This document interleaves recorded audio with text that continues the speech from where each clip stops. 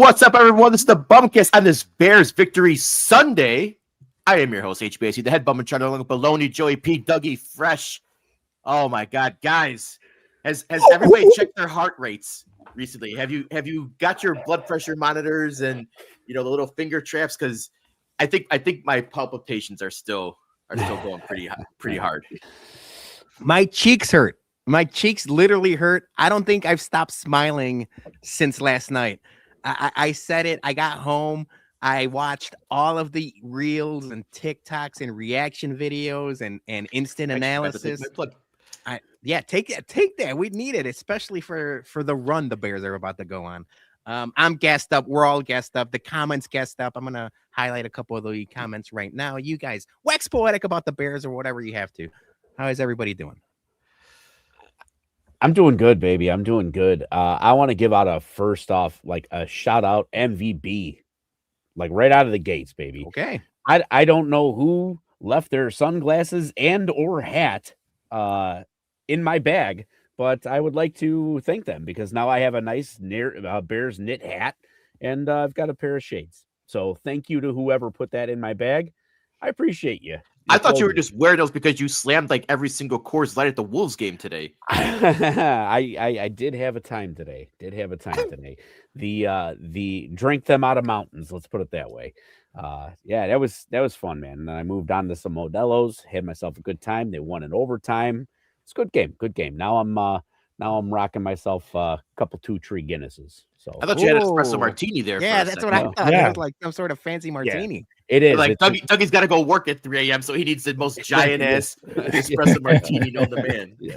Yes. This martini is called the O'Sullivan. So by Jerry. Yes. Jason, can we address the quality of your hangers? Apparently, you got the wings, the shoulder wings from hanging your clothes. Like I don't know what this. Yeah, I don't know. What are you talking about? Needs better. Like it's a normal hanger. It's a plastic hanger, Jack.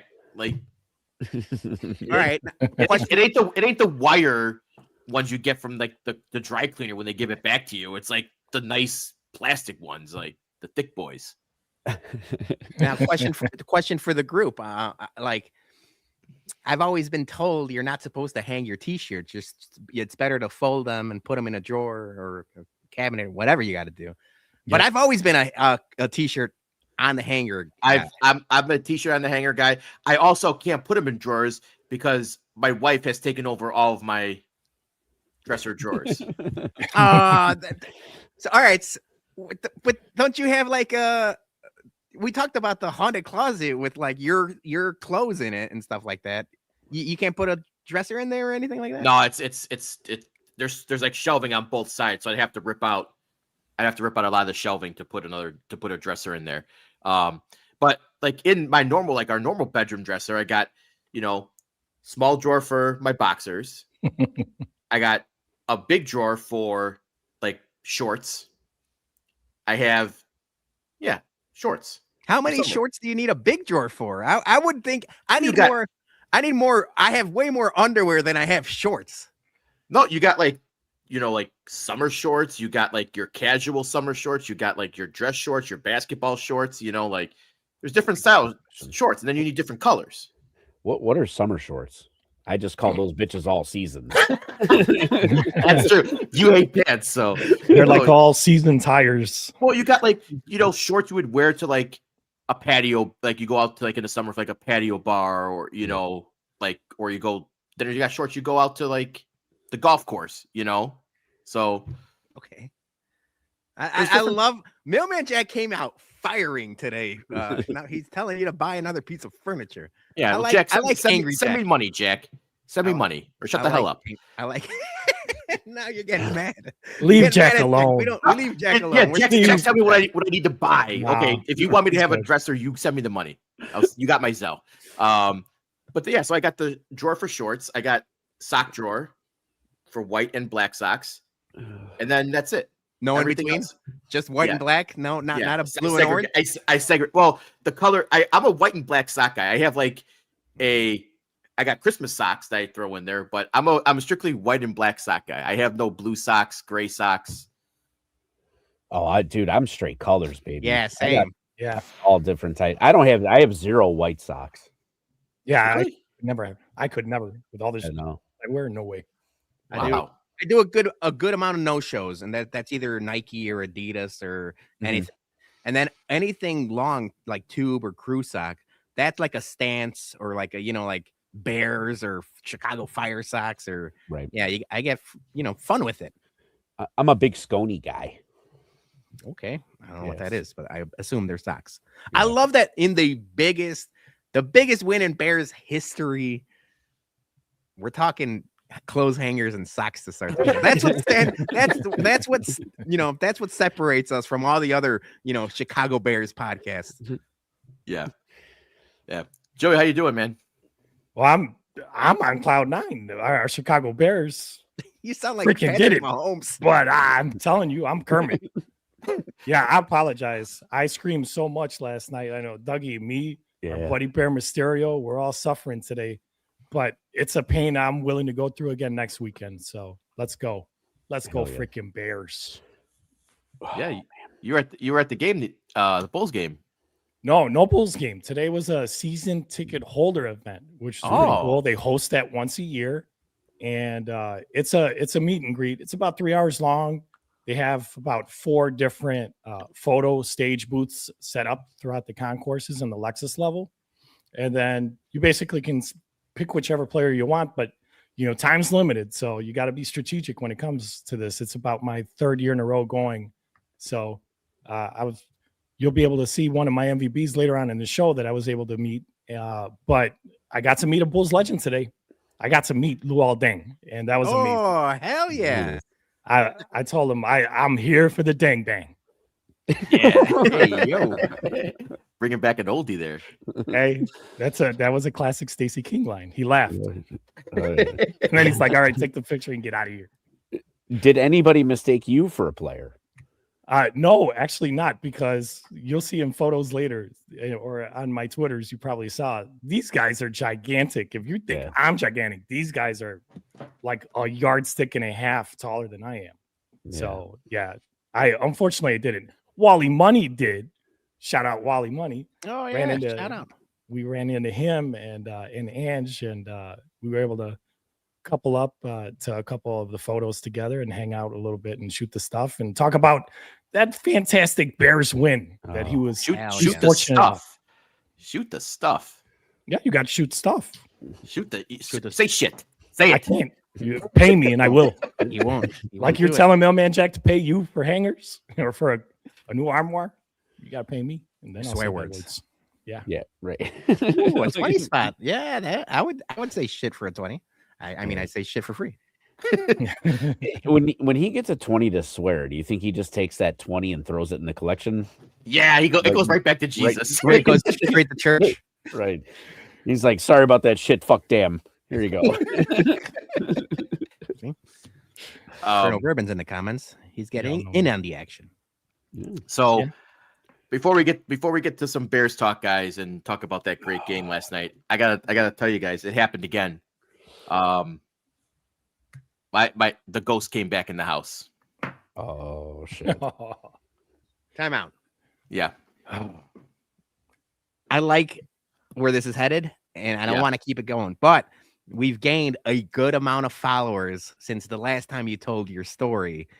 Do a quick Cliff Notes versions for the people that don't know what we're talking about. So over the summer, after my wife left for work, I woke up and I noticed that in my closet there is the entrance door to our attic, and that was pushed up and over like on a perfect, angle. And that thing is a 7-foot ceiling plus a foot of stud you have to push up through. And I've never been up there in the now almost 6 years I've been in my house. But at that time, 5 years I've been in my house. I've never been up in our attic. And that thing was pushed up and over. And I was freaking the fuck out because I was like, how the hell did that thing just push up? And I was convinced there was ghosts. So now you said the ghost is back. Is it the same phenomenon, or do we have something newer and freakier? Newer and much freakier. Fuck yes, let's go. Okay. So Thursday night, my wife Sarah, she decided to sleep in the other room because Max was sleeping on her side of the bed. Like, and when Max sleeps on her side of the bed, she goes like all the way up on the pillows. So Sarah's like, I'm not going to disturb her. I'm going to go sleep in the other room, you know. Okay. So I eventually go to bed, you know, I'll turn off all the lights. I wake up at 4 a.m. Both of our bedside lights are on. No Now, motion. No. Are those the tap, touch lamps? Are they the touch lamps? They're the touch lamps. Happens to this lighting here all the time. But both of them? Two? Both of them. Yep. In separate outlets. I got 2 separate outlets. I got my Bears blue and orange down right here. And Sandy will come down in the basement and yell at me for leaving them on. And I'm like, babe, I've been at work all day. What you talking about? I didn't leave them on. And then we see them turn off and on their own. So we don't Maybe know. you're haunted. It could be, or it could be the heat. Yeah. Got a vent right here from the furnace. Yeah. The only ghost this dude's got in his house is the holy one.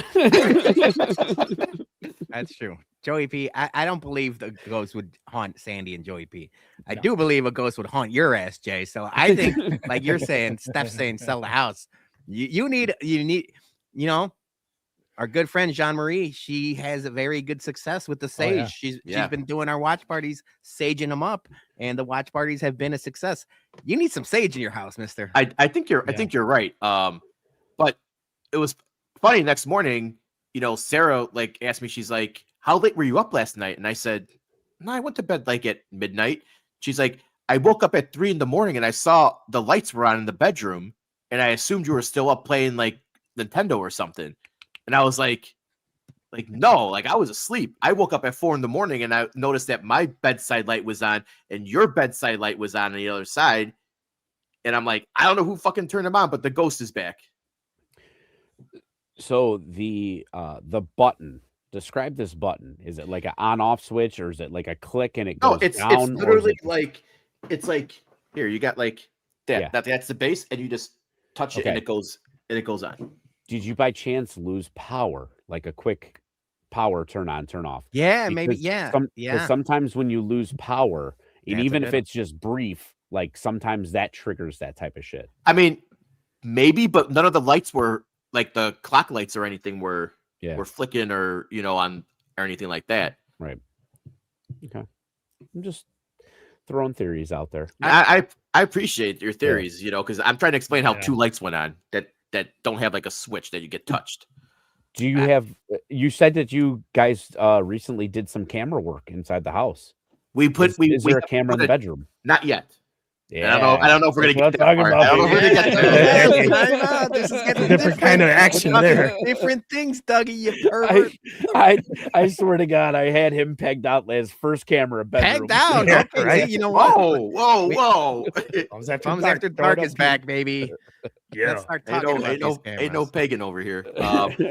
we we did install the camera, but it's facing our front room, so to see where Max is, on the couch and stuff like that. So not one in the bedroom, although at this point I'm pretty much convinced we might have to put one in the bedroom to see how those lights turned on and how the closet opened up. I want like a full paranormal activities type of thing in your house. I love that Yumper's in the comments. I appreciate you being in the comments. But I like that he says, Jason, as someone who's had a lot of experience with the paranormal, I have been to your house and have not felt anything. Like, what is this guy, a shaman? What does that mean, Yumper? Like, hey, I'm a ghost expert. You ain't got no ghost. You're like, what is this, Ghostbusters? Yumper? He watches too many movies. Yeah, the paranormal investigators, this ghost is angry. I need more information about the history of you and paranormal activity, Yumper. Maybe for content we should plan like a sleepover, and we should plan a sleepover with all of us at Jason's house, and we can do a little filming. You know what's funny is I'm drinking these are delicious free ad for the Stranger Things Gatorade. They brought back citrus cooler, so shout out there. That is good. That's a good I haven't one. watched this season of Stranger Things, but everyone said that the final was good, and but everyone's like, oh, it makes so much money for Netflix. I can't wait for it to be back in 10 years and it's going to be like Stranger Things Y2K and they're all going to be older and stuff like that. We might as well do Jason's version of Stranger Thing. We're going to be the Stranger Thing kids in your house, Jay. I like it. Let's get it. I want to see go up in the attic and see where it goes. See if it takes you to the right side up or the upside down or whatever we want to call it now. Yeah. That's true though. I am not the one who's going up in that attic. I feel like I don't think I could fit through I'm going to get stuck like Winnie the Pooh. Yeah, Joey P. I don't think I could fit. Yeah, Joey P, you're going to be the one up that attic. I ain't scared of no ghosts. All right, there we go. We got some content. I'm from the south side, baby. We could just treat you like a thing of elotes and just mayonnaise you up before you go through the hole. Just butter and mayonnaise him up, a little bit of tahini, just in case. Just in case it's a Mexican ghost. Put some tahini on him. I'm telling you, it's a chupacabra up there. I was told that where my house was, that before they built it 20 years ago, that it was just open, empty prairie, like fields and everything in Bolingbrook. I'm wondering if some mob person like threw some dead bodies and there's like graves like my house was built over or something. Now some like guy who got whacked, for not paying back his money is haunting my house. I like that you went the mob route. Yeah, right. Well, back in, that was a lot of undeveloped land, years ago. So, that's true. They probably drive 30 miles out of the city and dump some bodies in the empty field. I don't know if they'd go that far. That's true. I know, like, they just drag them out of the building they killed them in and just right on the curb. Where we live and like where I do a lot of work, there's like Willow Springs was like a hotbed for like Capone activities because you just shoot down Archer, right? And back in the day, you just shoot down Archer from downtown to Willow Springs, and there's a couple houses that like where we service that like one has like a little steeple, and people said like this was Capone's house because he had a lookout, and you could tell like straight down Archer, like you could see like who's coming and who's going. But I'm like, if they're going to, I think they could stop at Willow Springs. I don't think they're making it all the way down to, I'm not gonna dox where you live, but I think everybody knows. But like they're not making it that far down. We don't know. Let's find out. Let's do the Stranger Things thing or like Paranormal Activity. Yeah, I'm ready. And sage. We like Jean-Marie said, we need to sage that house. Every corner and open the windows. I'll start with the bedroom. I feel like all the freaky activity, non bums after dark, has been happening in the bedroom. So yeah, we'll start there and work our way down. See what happens. Brother Jay, relocate those lamps into another room and see what happens. Well, that's the first time it ever happened. We've had those lamps for like a few years now. So if it happens again, they're getting relocated. HLIC would never. He would never. He's on borrowed time. Like I said, I'm gonna get like a. You said that like 2 years ago about headlamp in charge. Back when it was given like there was one time it was giving you like a holy aura. Yeah. Behind your back and stuff like that. You're like, I'm gonna get rid of this lamp. That lamp is just a part of this podcast as we are. All right, let's talk some beers before we gotta pay a quick ad. Green Valley Wine and Spirits in Bolingbrook is your one-stop shop for all your liquor needs. Since their remodel, they have increased their bourbon allocation, they have an expanding portfolio of popular additive-free tequilas and mezcals, and for you beer lovers, a great craft beer selection, plus some rare and vintage stouts. And before you leave, stop by their tasting bar and try some of our exclusive Bourbon Bum single-barrel picks before you take one home. That's Green Valley Wine and Spirits, 344 Commons Drive, conveniently located right off of Route 53 and I-55 in Bolingbrook. Tell them the bump sent you. 30-second timeout. I'm calling a 30-second timeout before we really talk Bears. We got some Ken James in the comment, a Packers fan saying, laugh now, cry later, little Bears. The Rams are going to beat y'all ass. First and foremost, fuck you. But before I even said that, I should have asked, is this guy related to you, man? No. All right, that's what I made sure. Before I fucked him, I wanted to make sure he wasn't related to you. But even if he was related to you, Ken James, fuck you.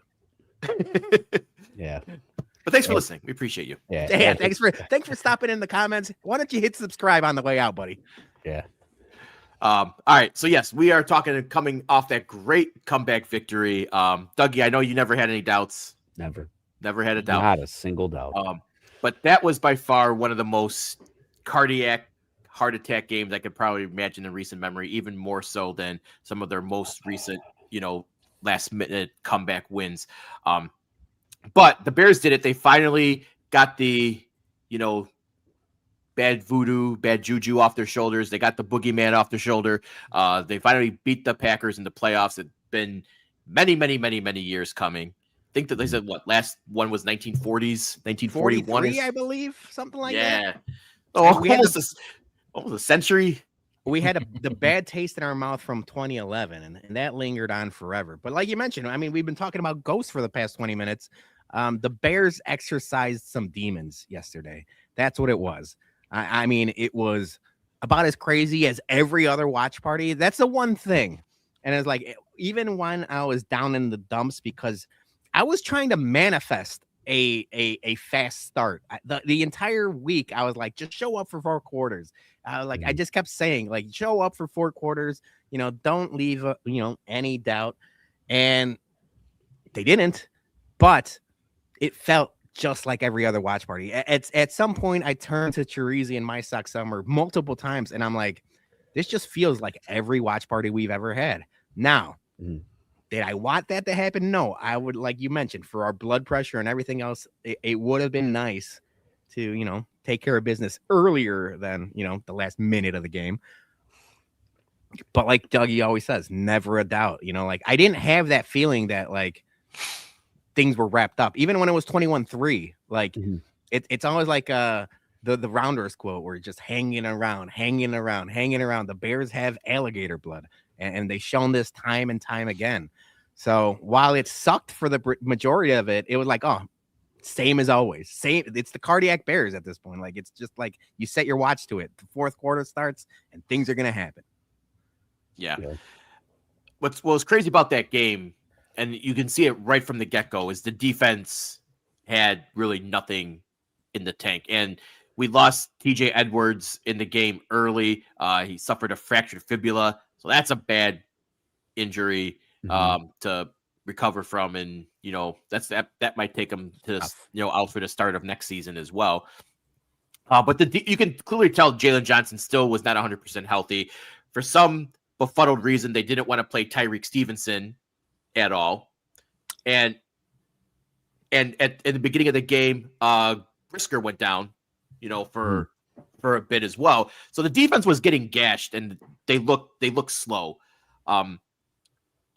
Kudos to Dennis Allen in second half adjustments, but the way that game was starting out, it was kind of like, man, deja vu. Like we needed a 49ers start, right? You said that, Peter, and we didn't get that. So defense, again, not looking good, but they did step up the second half when they really needed it. And kudos to the offense too for coming through. But yeah, not a good start for that defense yesterday. And it kind of worried for next week against Devontae Adams and Puka Nacua. Yeah, so that's the thing, is like Jalen Johnson just doesn't look like the old Jalen Johnson. You could tell he's battling through injuries, rust, all of the above. He's got a week to figure it the fuck out, because the way Puka Nacua is playing, I mean, he is a man possessed. And, we had a lot of issues with the Detroit Lions, core of wide receivers.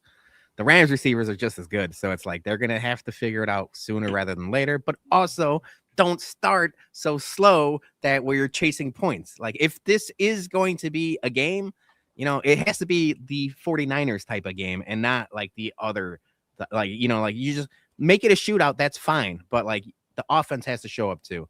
But yeah, man, this is what the defense is. It's bend, don't break. They make adjustments. They do just enough to win once again. But there's long stretches where it's like, holy cow, Jordan Love has 15 seconds to throw a football. Yeah. But the beginning of my point, though, was that you can tell, because the defense was getting so gashed, Ben Johnson going for it on nearly every 4th down right from the start of the game, going for it 6 times on 4th down yesterday. You could tell that he was clearly like, I'm not taking a chance and giving the ball to the Packers and trusting the defense to make a stop. But the second half, they did a phenomenal job, much, much better job. But you can tell clearly in the first half, he didn't want any part of the defense being on the field. Yeah. I mean, I was going around and talking with some people or whatever, and the Bears kind of did exactly what I wanted them to do. Like I know that they defer a lot, but I wanted them to take the ball first. Yeah. And I was really happy when they did that. Obviously, they didn't do much with it. Um, but the one thing that, as you guys were saying, that they got to figure out is they got to start figuring out the second half adjustments in the first half. You know what I'm saying? Like they gotta start figuring that out a little bit earlier. I was walking around the watch party and I was telling people, like, if this team becomes a third and fourth quarter team, they're a problem. Put the league on notice, because we're doing a really great job of dominating the fourth and doing stuff when we need to. If we can add another quarter to a quarter and a half to that, like, dude, I'm just saying, like, could you imagine, like, they came out that second half, they stopped that, that first drive and everything like that. And that's when you could tell that the game was starting to change, like things were starting to change. It's once you get that momentum, and maybe the momentum was already changing when he missed that kick at the end of the half, but there was a certain just feel of the whole thing to where it was just changing. Yeah, I would just piggyback off of what you're saying, Dougie, because especially on offense and them not, getting going until literally the beginning of the fourth quarter, it's almost to the point where I want the coaching staff on the sidelines to just hold up fake clocks with a 4:15 on it as soon as the game starts. Last week, we said that last week as a joke. Just have the scoreboard operators put fourth quarter. They scored 25 points in the fourth quarter. Like, yeah, spread that out. play 4 quarters like that. 100 points for the Bears. I love that. Easy football. Score 100 points and you win.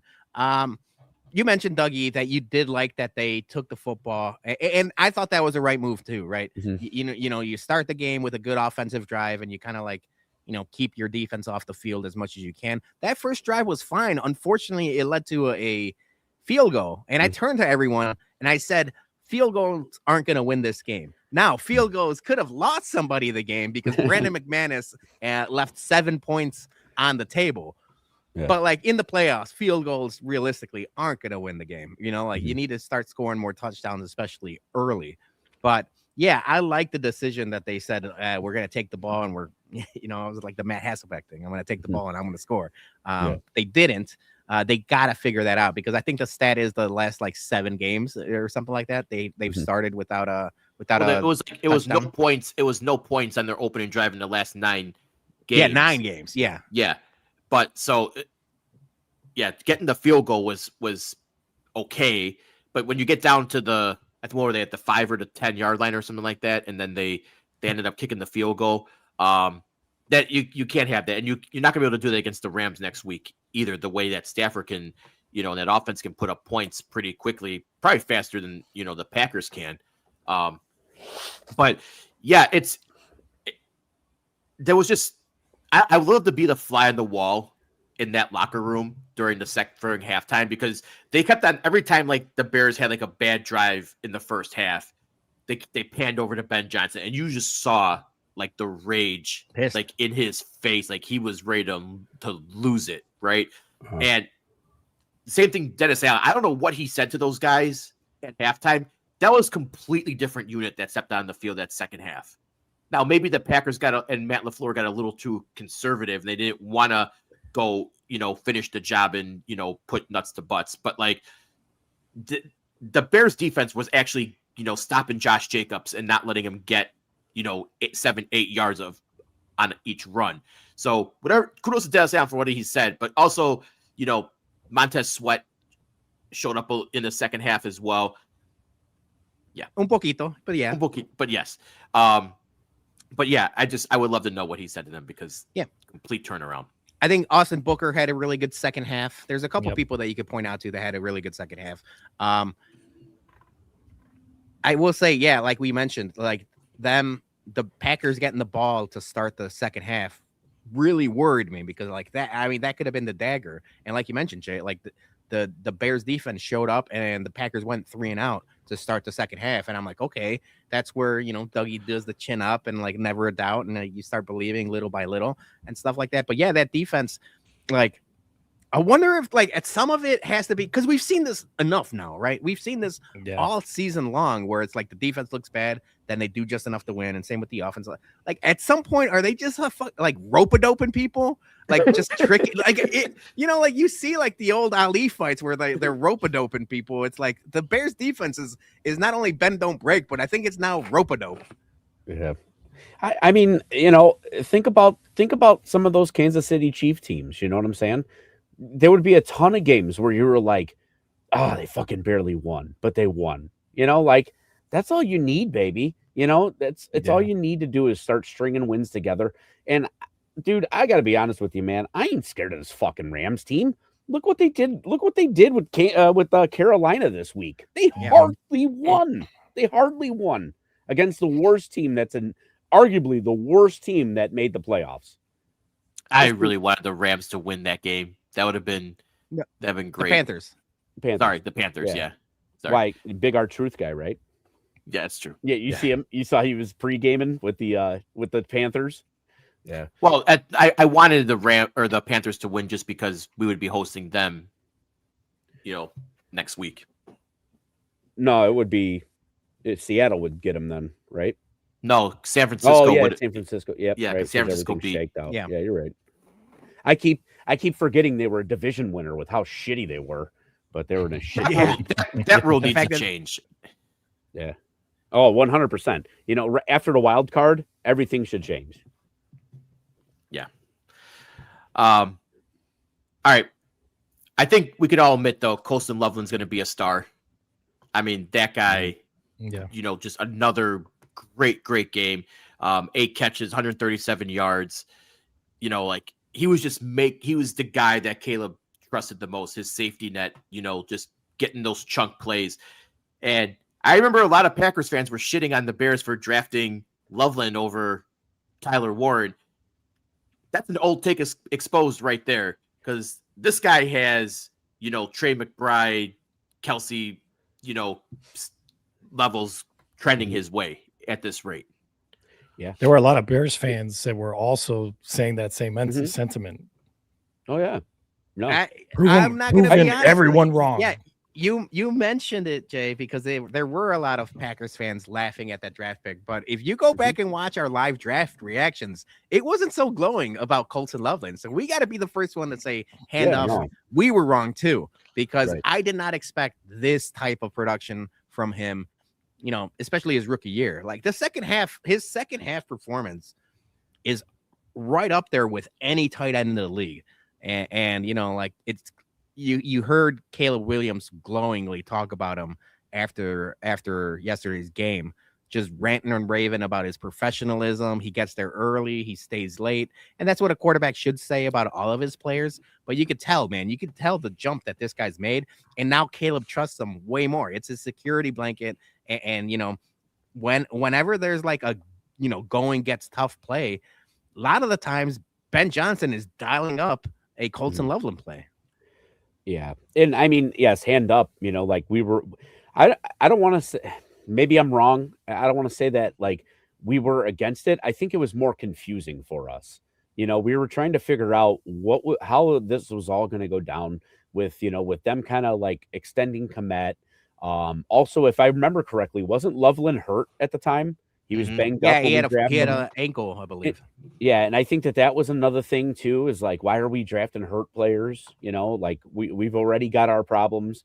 But I think it was just, and I know for a fact that we said this, is that we just have to trust Ben Johnson with why he wants this kid, you know, and we got to like not question that. And I distinctly remember somebody or myself saying that, because we have to trust Ben Johnson.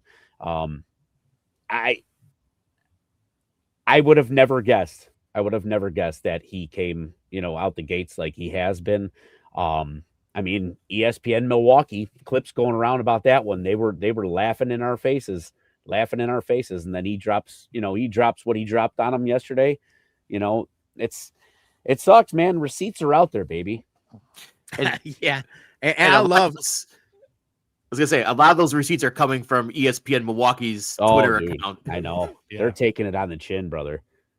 There's a lot of bookmark tweaks from Bears fans that are coming to roost now, Mhm. and that's awesome. So yeah, Ben Brust and all those guys at ESPN Milwaukee, they're having a tough weekend, and I love it. Yeah. Yeah. What are they doing right now? Going back to Brewers talk? Yeah, they can't wait for baseball to start.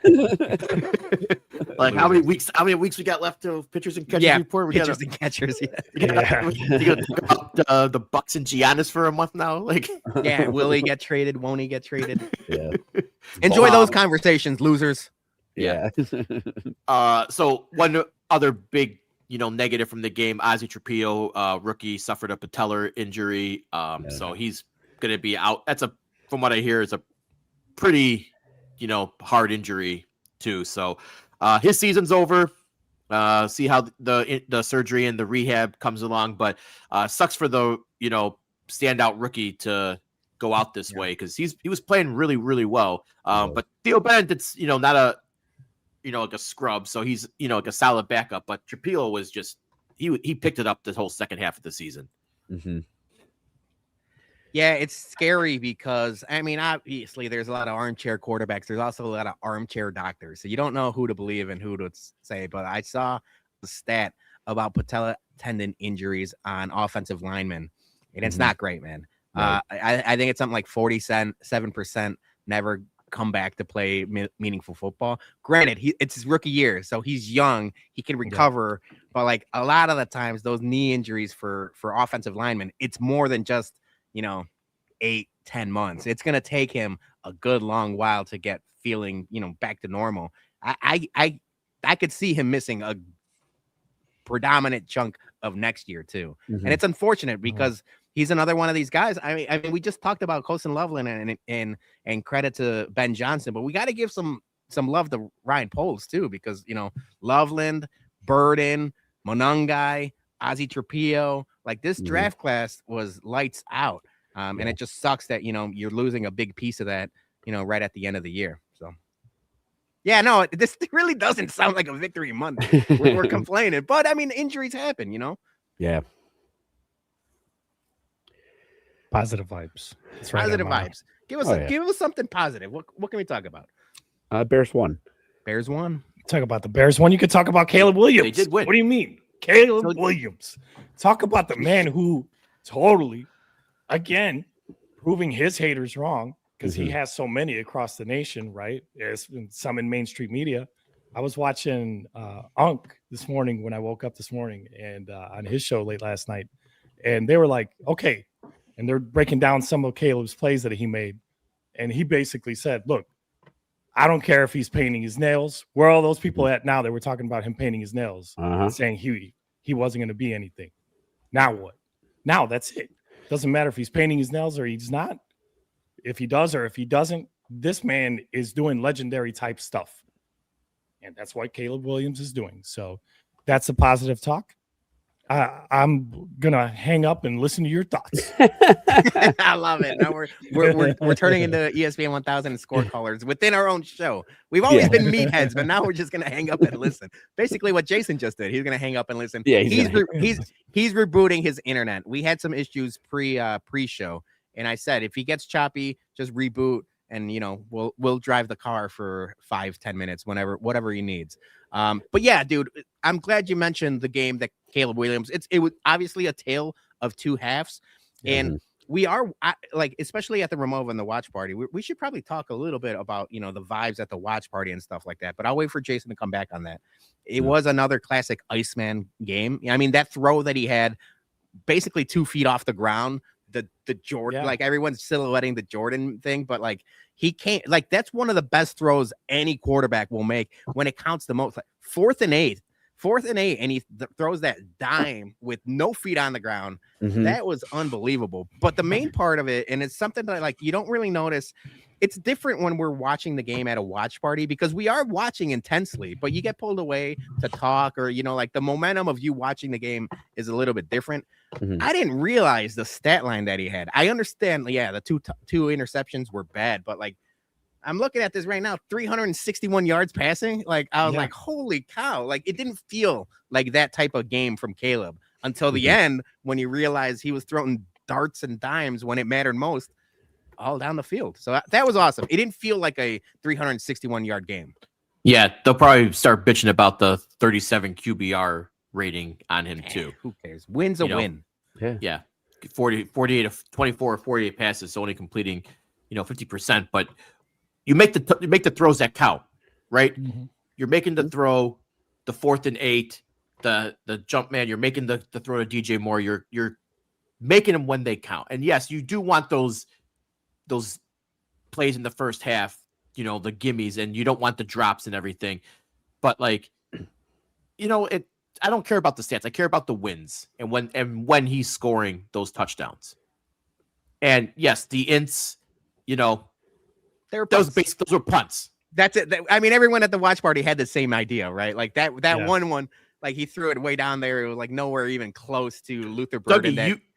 Luther Burden looked like he was lost on that one. And we said it. That's an arm punt. Yeah. You came up to me and talked about the one guy who was an idiot. Because he picked off, he did the pick and he celebrated, not realizing that if he drops it on 4th down, they get the ball 30 yards closer. Yeah, I mean, honestly, it was like part of me is wondering more and more. I was thinking about it today. It was like, did Caleb think to himself, "Hey, I'm just going to throw this ball away. There's no option." I wonder if he threw it at him intentionally, hoping that he would catch it. Dummy. Yeah. Yeah. You know what I'm saying? Like, dude, they just get caught up in the moment like that, like those dudes, DBs and, guys in their position, those guys are the most flamboyant, want to celebrate, want to have their moment. Those are the biggest team people, like they want the eyes on them. They lose focus like that. They lose focus, and he caught it, and he was so hell-bent on that celebration. And I was just like, what a moron. He costed his team 20 yards. And I'm glad you mentioned that, Dougie, but the Packers had a bunch of those type of moments. And we could talk about like the delay of game penalties at the end of the game. Like the Packers did a lot of things wrong to help the Bears.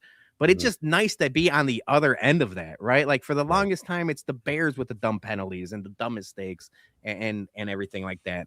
And it just seems like they just cleaned it up just a little bit more than the Packers did, especially in that second half. 2 penalties for 5 yards. Yes. Yeah, no, the Bears played a clean game, when it comes to flags and stuff like that. And then the Packers were just a little bit more undisciplined. Yeah, I think the first flag came in the 3rd quarter or something too. I don't remember. I'm not sure, but yeah, I don't remember many flags. No, there's definitely not. But yeah, Packers fans got to experience what we've experiencing for many, many years, and us finally being on the end of one, it really felt good. But now we got a big task on our hands with the Rams. Yeah. The Rams are, it's locked. We were waiting all day basically to figure out who we're going to talk about. So who did you guys want, the Rams or the Eagles? Who would you rather have played?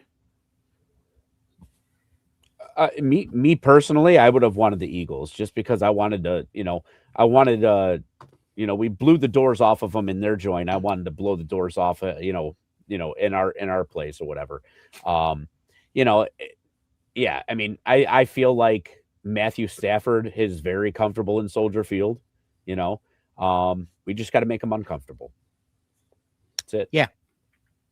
Joey, who did you want? I honestly wanted revenge on the Niners. So you might get it next week. You might get it in 2 weeks. Yeah, I'm hoping for that. I'm definitely hoping for that. I want revenge game against the Niners because I think that we were, as you said earlier in the show, Peter, that was an awesome shootout. It was an exciting game, but obviously we came out on the wrong end of that. And I think right now the momentum on the offense is where it needs to be chugging along, so that just as we just did with the Packers and stomping them out last night, I think that we can make our mark on the shenanigans from Shanahan and literally take care of the 49ers, because why not? Doesn't matter if it's at Levi Stadium in 2 weeks or here, whatever. It would be here. It would be here. Yeah. Okay. Yeah, we want the 49ers to beat the Seahawks, and then we get a home game in the NFC Championship. Correct. Okay. All right. We gotta win next week first. And so I'll transition. I think, and it's something I thought about, and then I saw Greg Bragg's like tweeting something very similar. And we always talk about like the familiarity, and especially with Ben Johnson, like, doing really good with second half adjustments, but he hasn't really done well with teams that he faced multiple times. Like you played the Lions twice. They looked unprepared, maybe disinterested because they already clinched the second time. You played the Packers 3 times, and those games were basically a mirror image of each other all 3 times. Like, we dominated the Eagles. I don't know how much, and the Eagles look bad. Don't get me wrong. Like I don't know how much they would have dominated that aspect of it. I almost benefits the Bears to play somebody new or somebody fresh. I feel like Sean McVay is a very, very good coach, and that Rams team is well coached as well. But I feel like it might help Ben Johnson to get something new, something fresh, as opposed to the Eagles, in which they did. So I guess for me, be careful what I wish for, because the Rams were a good team, but I was hoping that they played the Rams. I know Matt Stafford has a history of playing really well against the Bears, both in Detroit and at Soldier Field. He hasn't been here in a while. He's a lot older than he is. And it's not just Matthew Stafford. It's a lot of the other guys that have to play in the conditions too. So give me the warm weather team having to travel to a blustery, Chicago Sunday, hopefully Sunday, knock on wood. Because I saw it's going to be like 17 degrees out. That's decent for Bears weather.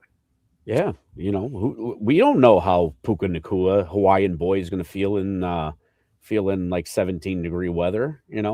Maybe he looked shaken up yesterday, didn't he? It looked like he took a couple shots or something, and I saw he was on the bench, like, with his head down or whatever.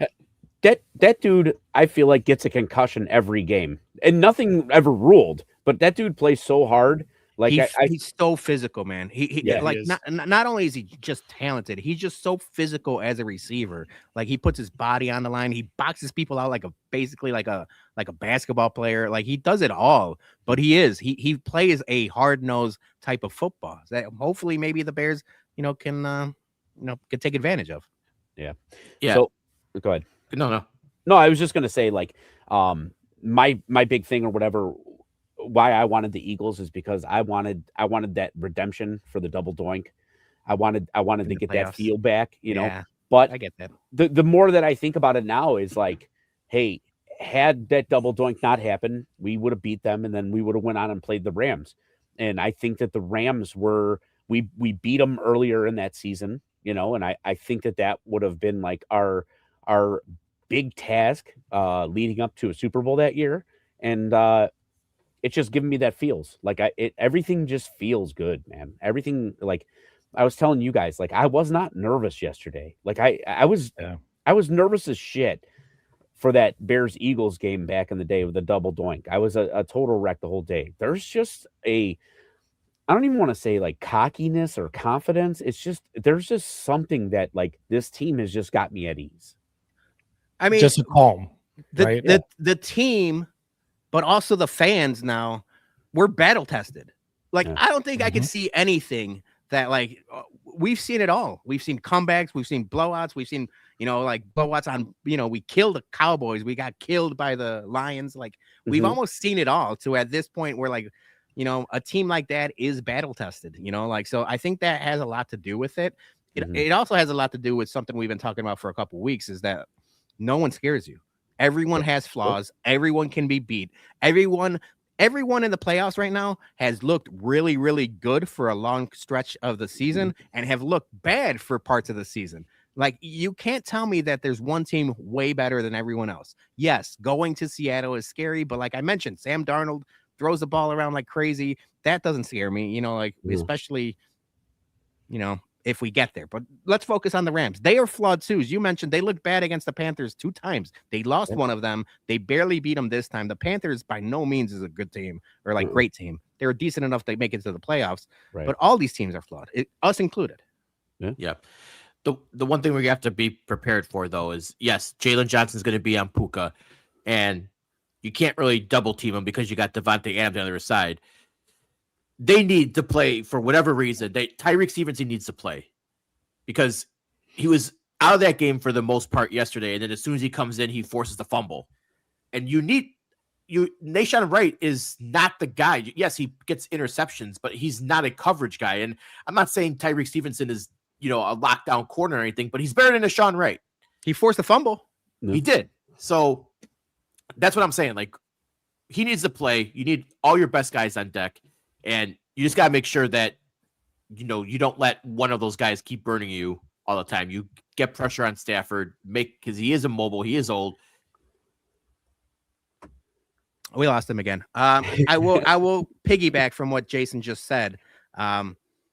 It's not only that he's not mobile, but the one thing that scares me is Dennis Allen calling all these blitzes that don't work. Mm-hmm. They specifically don't work on Matthew Stafford. We saw this when the Bears played and obviously different regime, but the last time the Bears played the Rams, the Bears blitz, and like Matthew Stafford has seen every blitz under the sun. Like, you're not going to get fooled by them. And that this defense has shown that you can't even get to the quarterback when you do blitz. So if, you have to play zone, they're really bad in man, but if you have to play more man, I hope you get to the quarterback in 4, because I don't want to see Dennis Allen blitz against Matthew Stafford. I think it's not going to work well for anybody. I agree 100%. Yeah. If you thought that, Jared Goff was burning us, Matthew Stafford, there's a reason why those two guys got traded for each other. They're not too far off when it comes to, passing and stuff like that. And the slot's going to be an issue, man. That whole, now we lost him too. Yeah, I think the game itself is going to be won or lost within that 15 yards off the line of scrimmage. If we can dominate that, maybe get a couple turnovers in there, I think we'll be good. Yeah, I think that we talked about it ad nauseum already about this Bears defense and its inefficiency to play out a full 60 minutes. It's almost repetitive. Peter, you said this earlier in the show. It's repetitive. We've seen how this defense just doesn't show up for a lot of the first half of these recent games. I don't know. Is it? I said this last week too. This team is just tired. They were not built in current state. We're ahead of schedule, right? So this defense isn't really built to be able to sustain this long into a season. So I still think it's possible that the defense is just kind of taking a couple quarters off to start a game. And then they're just saving their best selves for the second half. It's true, baby. That's what I'm trying to, put we talked about it on it. We talked about it last week or 2 weeks ago when I mentioned about the week 5 bye, gas them out, too last early. Week. Yeah. So again, maybe there's some truth to your theory there. But Dennis Allen did blitz less in the second half against the Packers game. Good. Yesterday. Mm-hmm. So very noticeable, and because Romeo Doubs was beating us pretty easily yesterday against a slow Jalen Johnson. So don't blitz as much when you have Puka and Devontae, because the one thing they can do is one-on-one balls. Yeah, no doubt. Especially Devontae Adams. Stafford, all he's got to do is throw one-on-one with him and against Tyreek or Nahshon Wright on him, and he's going to win that battle. Yeah, go up there and get it. And it also has a lot to do with, like, a lot of times, it is better once the Bears get in the red zone, and they force a lot of field goals instead of touchdowns. That's been their MO the entire season, is like defense bad, red zone decent. Yeah. Rams in the red zone are deadly. I mean deadly. So it's like, don't get to that point either. Don't think that just because you're a good red zone defense, for the majority of the season, you're going to be against the Rams, because that's a recipe for disaster. Yeah. I also want to see them run the ball more this week.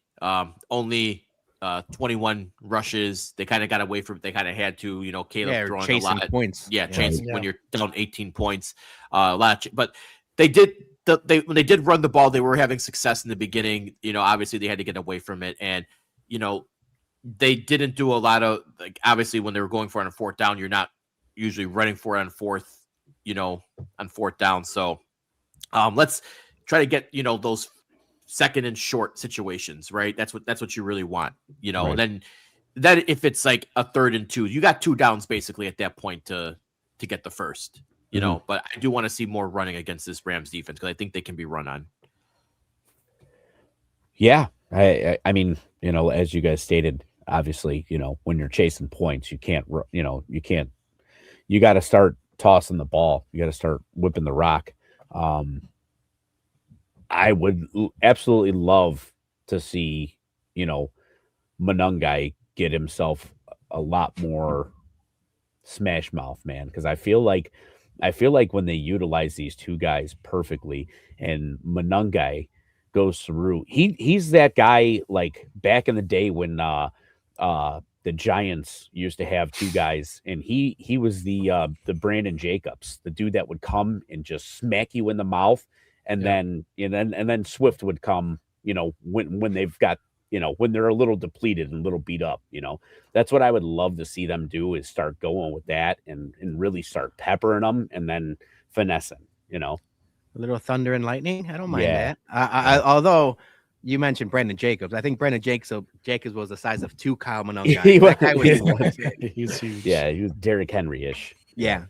Okay. Definitely. If you can effectively run the football, you can keep your defense nice and rested on the sideline, right? Mhm. So, Yeah. you're not wrong. Time of possession. Time of possession is key, especially when you got Matthew Stafford on the other side. Limit like the amount of snaps he's taken. Mhm. Yeah. All right, a couple last things. Number 1, I love Ben Johnson. He's a fucking maniac. Just in his video yesterday, the fuck the Packers, fuck them. He's so into it. People were complaining about the handshake that he gave Matt LaFleur at the end of the game. Lack of a handshake. He's like, Yeah. deuces, I'm out.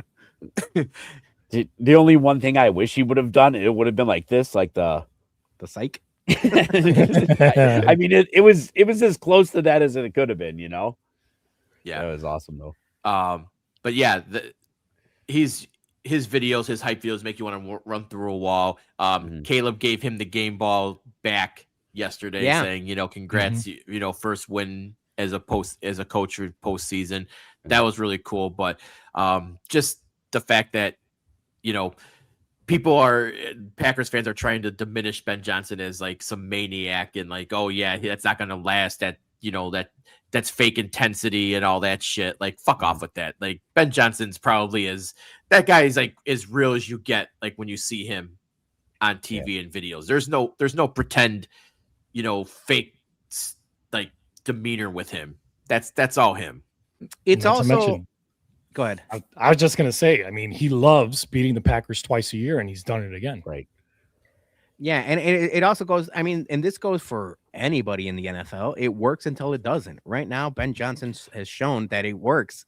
His intensity worked in Detroit. Now it's working here, and like until, they don't, it's not going to get old. I'm buying into all of it. I'm buying into the intensity. I'm buying into the good, better, best. We all are.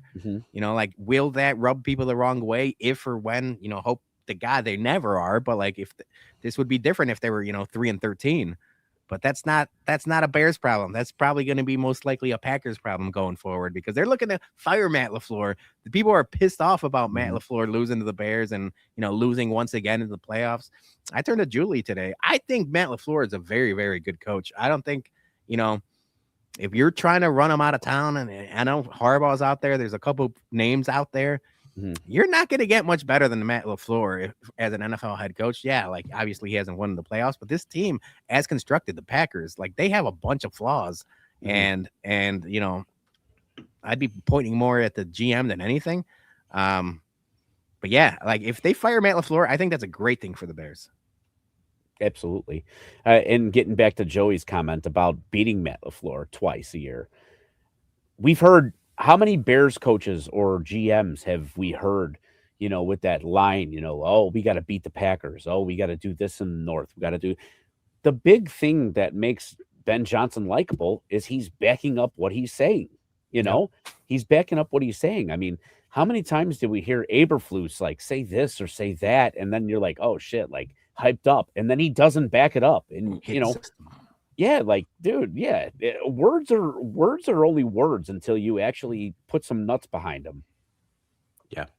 All right. We do want to thank everyone who came out to our watch party yesterday. We had a packed house at the Ramova. Great time. I mean, a lot of standing room only on there. Johnny and his stash were in the house. Yeah, facial hair's coming back. We need the, you know what? I got to text them. I'm going to text them right now. If the Bears win next week, bring back the stash. Can we promise that? He might not want to, but I'm going to text him right now. Yeah, we actually had the side room open, a lot of overflow. So thanks to Tyler and Joe and everyone and staff at the Ramova. We got a couple of videos we can show you from the watch party yesterday. It was, and credit to everyone that showed up first and foremost, right? Like, Jean-Marie had a really nice post about like the community we've been building. But like the community is everyone. It's not just us. We're just the ones throwing the party. It's the people that show up to the party that make it a party. So yeah, thank you to everyone at the Ramova, but also thank you to everyone that shows up, that posts, that tags us, because of all the watch parties. And I get it. It's Bears Packers in the playoffs. We got a bunch of traction. I mean, we're on the Chicago Bears like official reel. And I know a lot of other people were using our clips to share within themselves. I love it. I like all these reaction videos. They're for the streets, baby. Like anybody could grab it. Anyone can own it. Like, like there is no copyright when it comes to that stuff. So the more you share, the better. But yeah, so Joey, credit to you. And then Jason, you posted the second one. So let's play the first one where the Bears take the lead.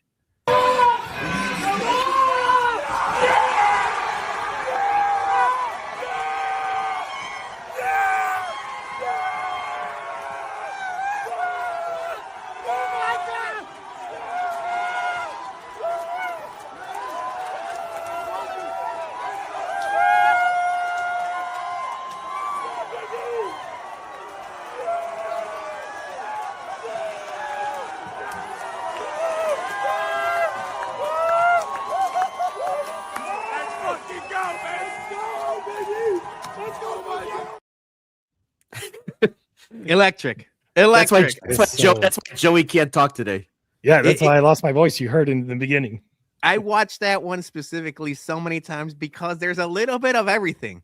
You see Johnny saying, "Oh my God." You see me waddling with the beer because I don't want to spill my beer, but I'm like so excited to celebrate.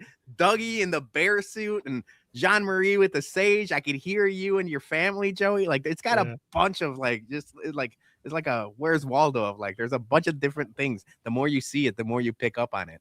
And then then Jay, you had your film out, and I don't know, were you standing on a stool or how did you get angle? I was standing on the stool. Like I had my foot on the bar at the bottom, and then I had like my knee on top. So I'll give you credit right now. My foot on top. So of all the content we've done, and obviously we've been doing this for a little while now, and I was like, oh man, the way that you filmed like at this angle, I'm like, this was perfect. So this is the end of the game.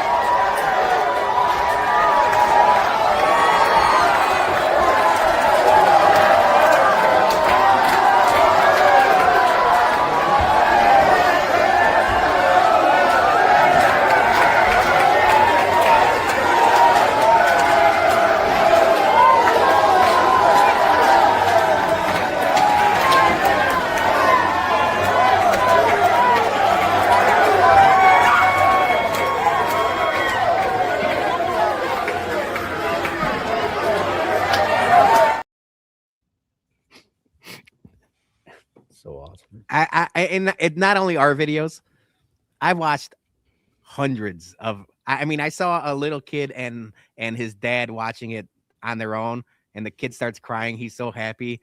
I started choking up on that. I saw one from Bourbon Street that it looked like Bourbon Street. It looked like Lollapalooza at Bourbon Street. I'm like, holy hell, look at this one. And like everyone has their own watch parties. I watched them all, and I will continue to watch them all until next week. So we don't know what's going to happen because they haven't announced the schedule. We can't say we're doing anything because if it's a Saturday, we probably can't. If it's a Sunday, we might run it back, but there's nothing promised. So for now, let's just enjoy this victory, and we'll worry about the Rams when we figure out when they're playing.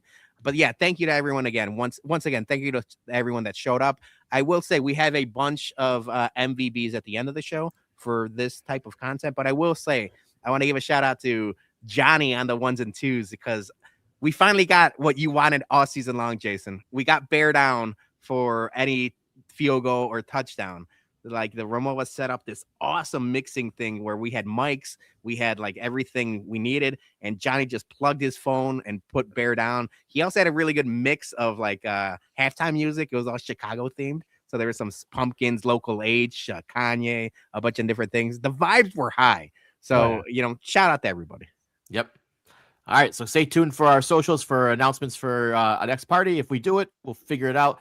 But until then, bear down, guys. Great victory Sunday. Happy. Hope everyone enjoyed their coffee and their hearts have recovered. All right, let's get into some headlines, Peter.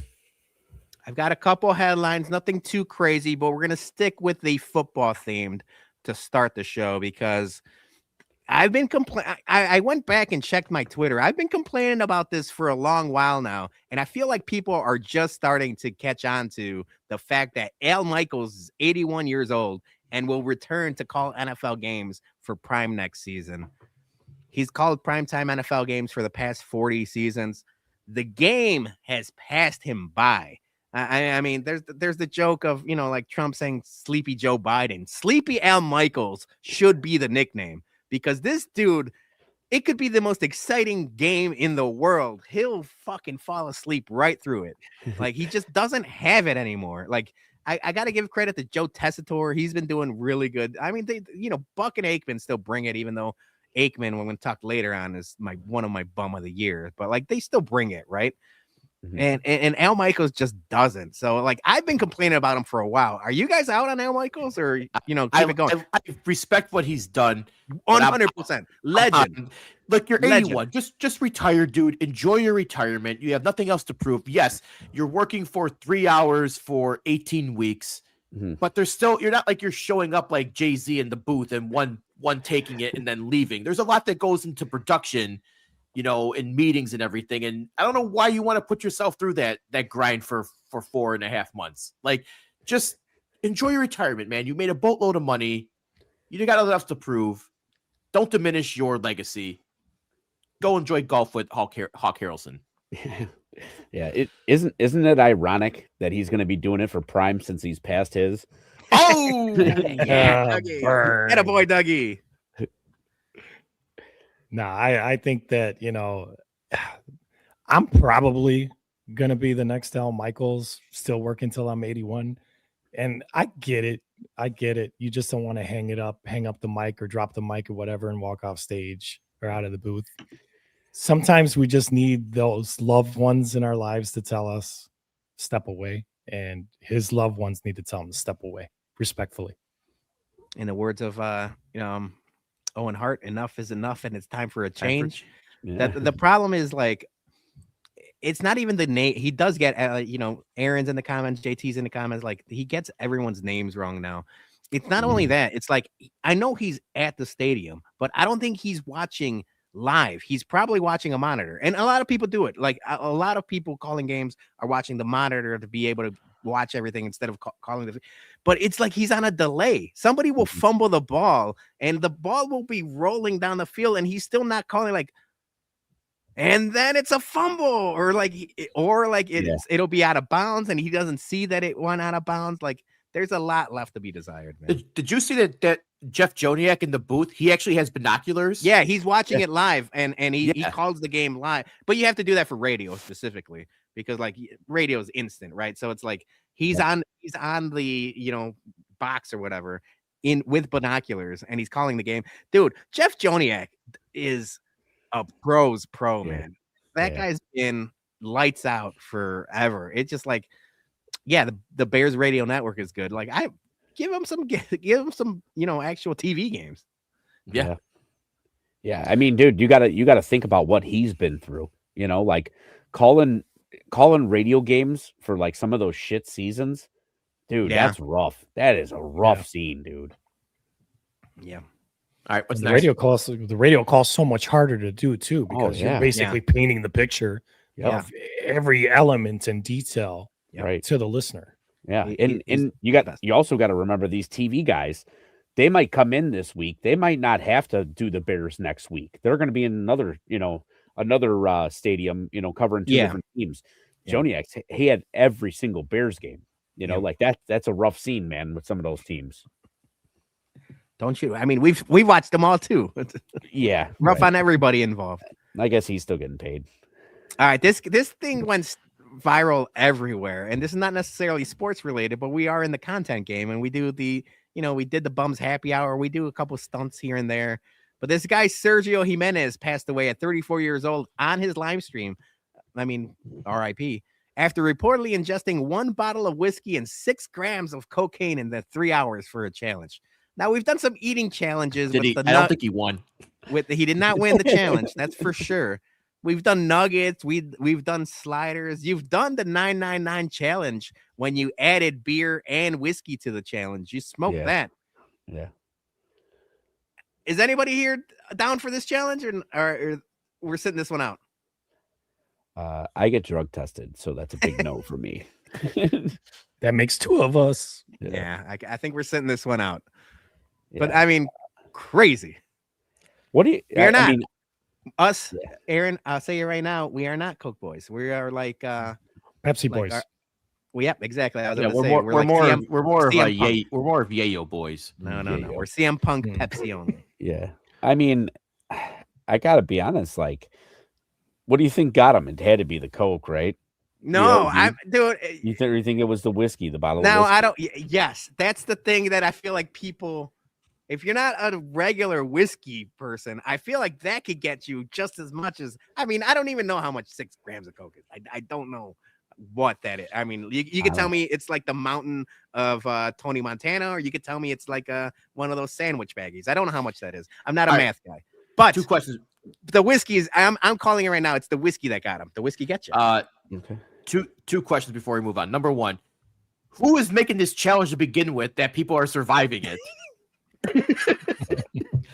I challenge you to do 6 grams of Coke and a bottle of whiskey in 3 hours. Like, I did it. I survived. Who are making all these challenges up that, but do the 108 guys need to change the bracket from the whiskey gotcha region to the whiskey and cocaine gotcha region? The cocaine gotcha. 3 hours too. I mean, we've done it now. The happy hours, you got to make it 6 hours at least. Yeah. You got to extend the timeline. That's where he fucked up. Extend the live stream. Yeah. All right. All right. We got one last one, and this one, it went viral when the podcast aired, and now it's gone reviral because somebody is getting sued. And this is former NFL star Matt Khalil is suing his ex-wife Haley for invasion of privacy after she claimed that they divorced because of his enormous donger. She went on a live stream and talked about how they just couldn't make things work because of, his situation. And now he's gone ahead and sued his ex-wife because she shared that information. So now, whose side are you on?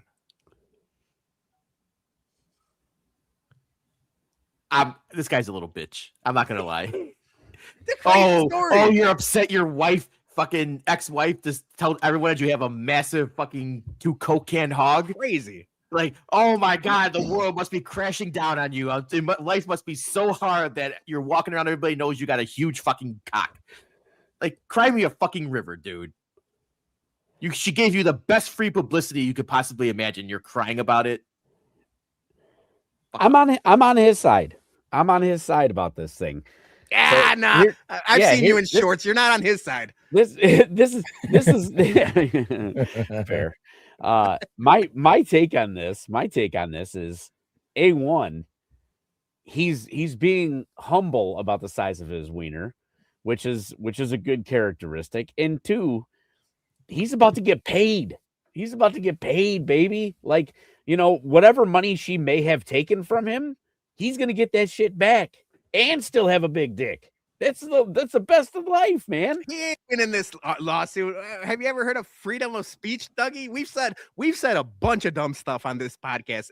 If she loses that lawsuit, who knows what we're gonna lose? Because we're in trouble, boys. We ain't got NFL money, so I'm with you, Jay. Bum of the week, Joey. Yeah, I feel for dude, because he's probably got all these inquiries coming his way now from certain industries, probably even that maybe he's going to have a new career choice.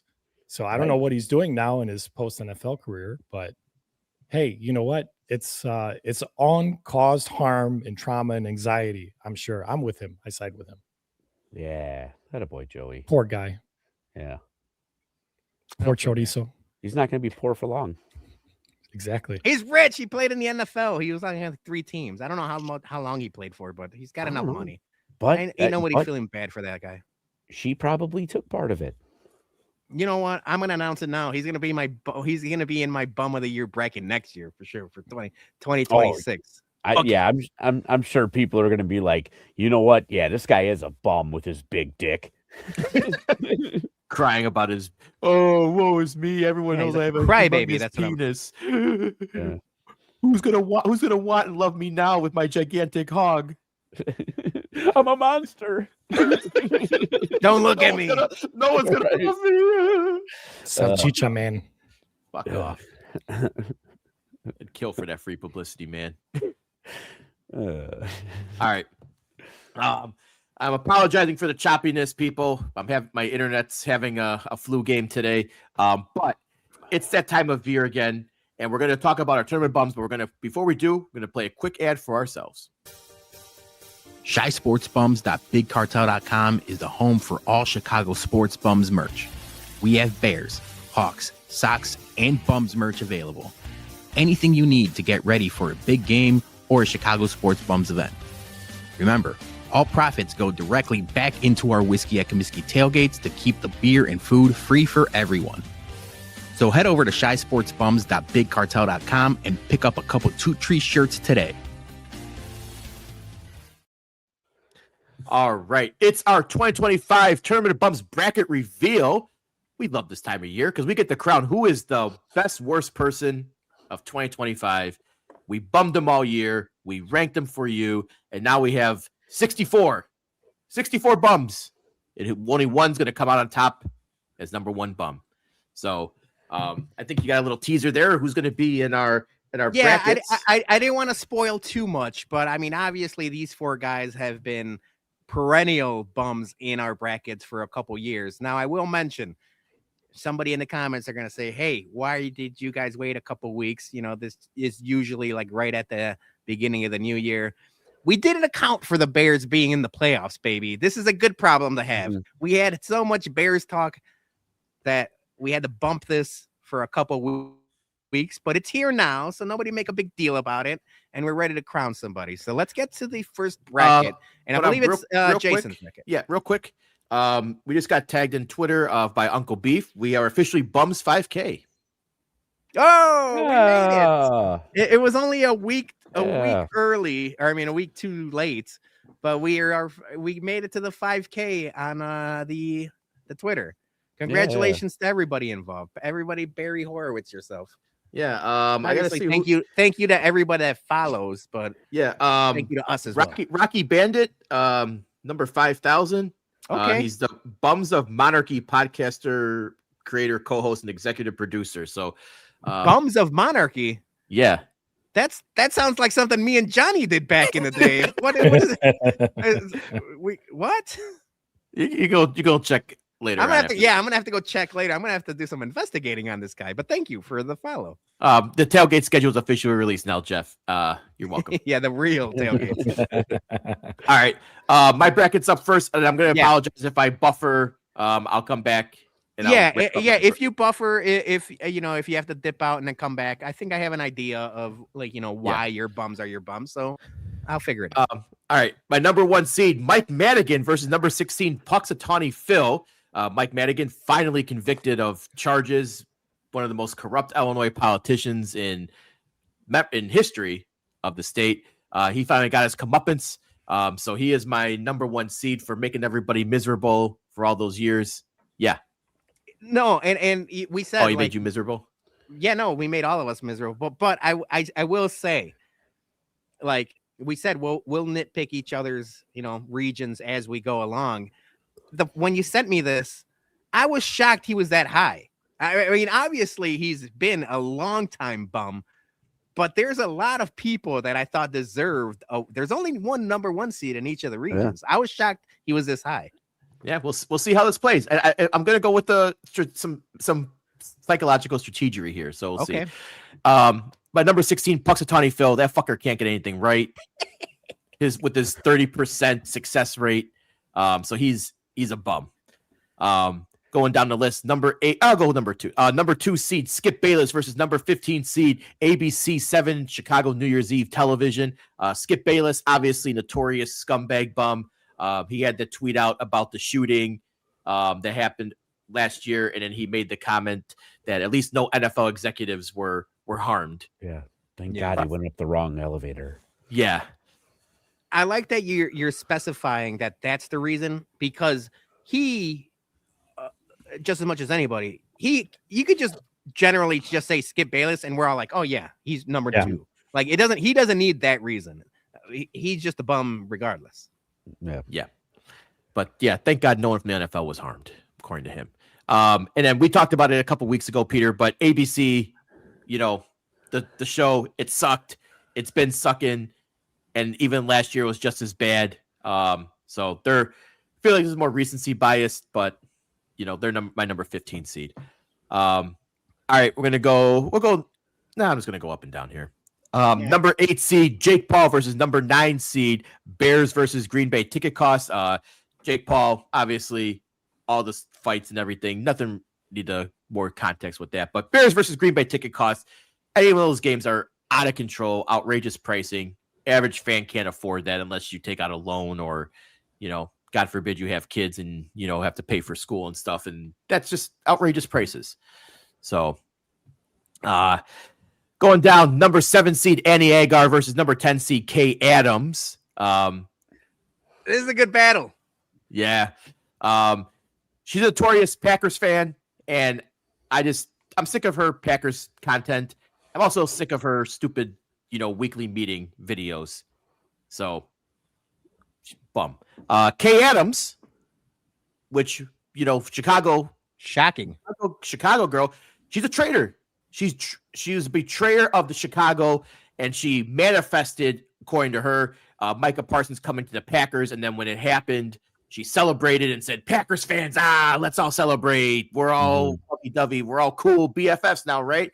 No, fuck you, Kay Adams is a traitor. I said I've been on record years ago saying Kay Adams is a national treasure, needs to be protected at all costs. She's canceled. She's done. On socials. Once you betray Chicago for a Packers, you can't come back from that. Yeah. Don't come back to us now that we're good. Yeah. Rough times. Yep. All right. Number 5 seed Eric Lambert from Sports Mockery, Mr. Clickbait headline himself, versus number 12 seed Antonio Brown, who's on this list for using slurs against Caleb Williams in tweets. This is my big upset in this bracket because I feel like a lot of people know who Antonio Brown and his shenanigans are. If you're not really in the, Chicago media landscape, you might not know who Eric Lambert is. I feel like Brown's going to, pull off the first round upset. Yeah. Yeah, it's probably bad seating on my part. No, but it's good. Yeah. I mean, yeah. Eric Lambert's been scumbag clickbaity artist for many, many years now. He finally needs to get his comeuppance. All right, next via Twitter poll. Yeah. Number 6 seed, Boob Nightingale. Just a general. He's just bad at his job, whatever, all the time. So he's always going to be a bum in my bracket. Versus number 11 seed, the Illinois General Assembly for passing the Illinois betting tax.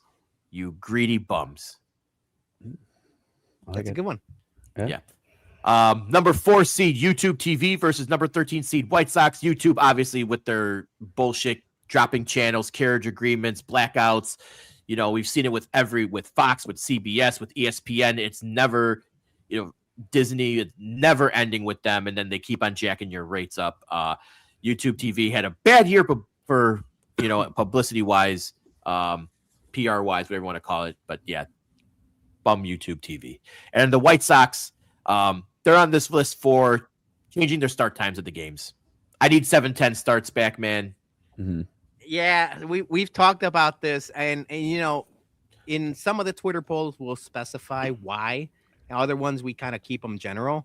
You're probably gonna have to specify why for the White Sox, because even though they were still a bad baseball team, I feel like the White Sox are on the up and up, so people might not want to vote for them. Oh yeah, like how the White Sox 3 years ago could have won this tournament easy, or 2 years ago. Like now it might be different. So yeah. No, I need them those late times back, man. Especially for us for driving in from the burbs, man, with rush hour traffic, especially on a Friday night. 6:30, 6:40 starts, whatever you want to call them. They're bad. Need that extra half hour. The 7:10s made a big difference for us. Yep. And then my final bracket, my final battle is number 3 seed Cubs fans versus number 14 NFL. The Cubs fans were on there it was basically the Cubs fans who donated to Bleacher Jeff for his fake ass GoFundMe to go to Tokyo. You're all bums for donating to that worst true bum. He's a literally true bum. So you bums donated to a real bum. So you're bums. A lot of bums there. And then NFL, 2 Monday Night Football games. Just stop being greedy. Give us 1 Monday Night Football game, because they're now. Before it was staggered. Now they're crossing streams. It's bullshit. Like 1 Monday Night Football game. That's it. You're a bum for that.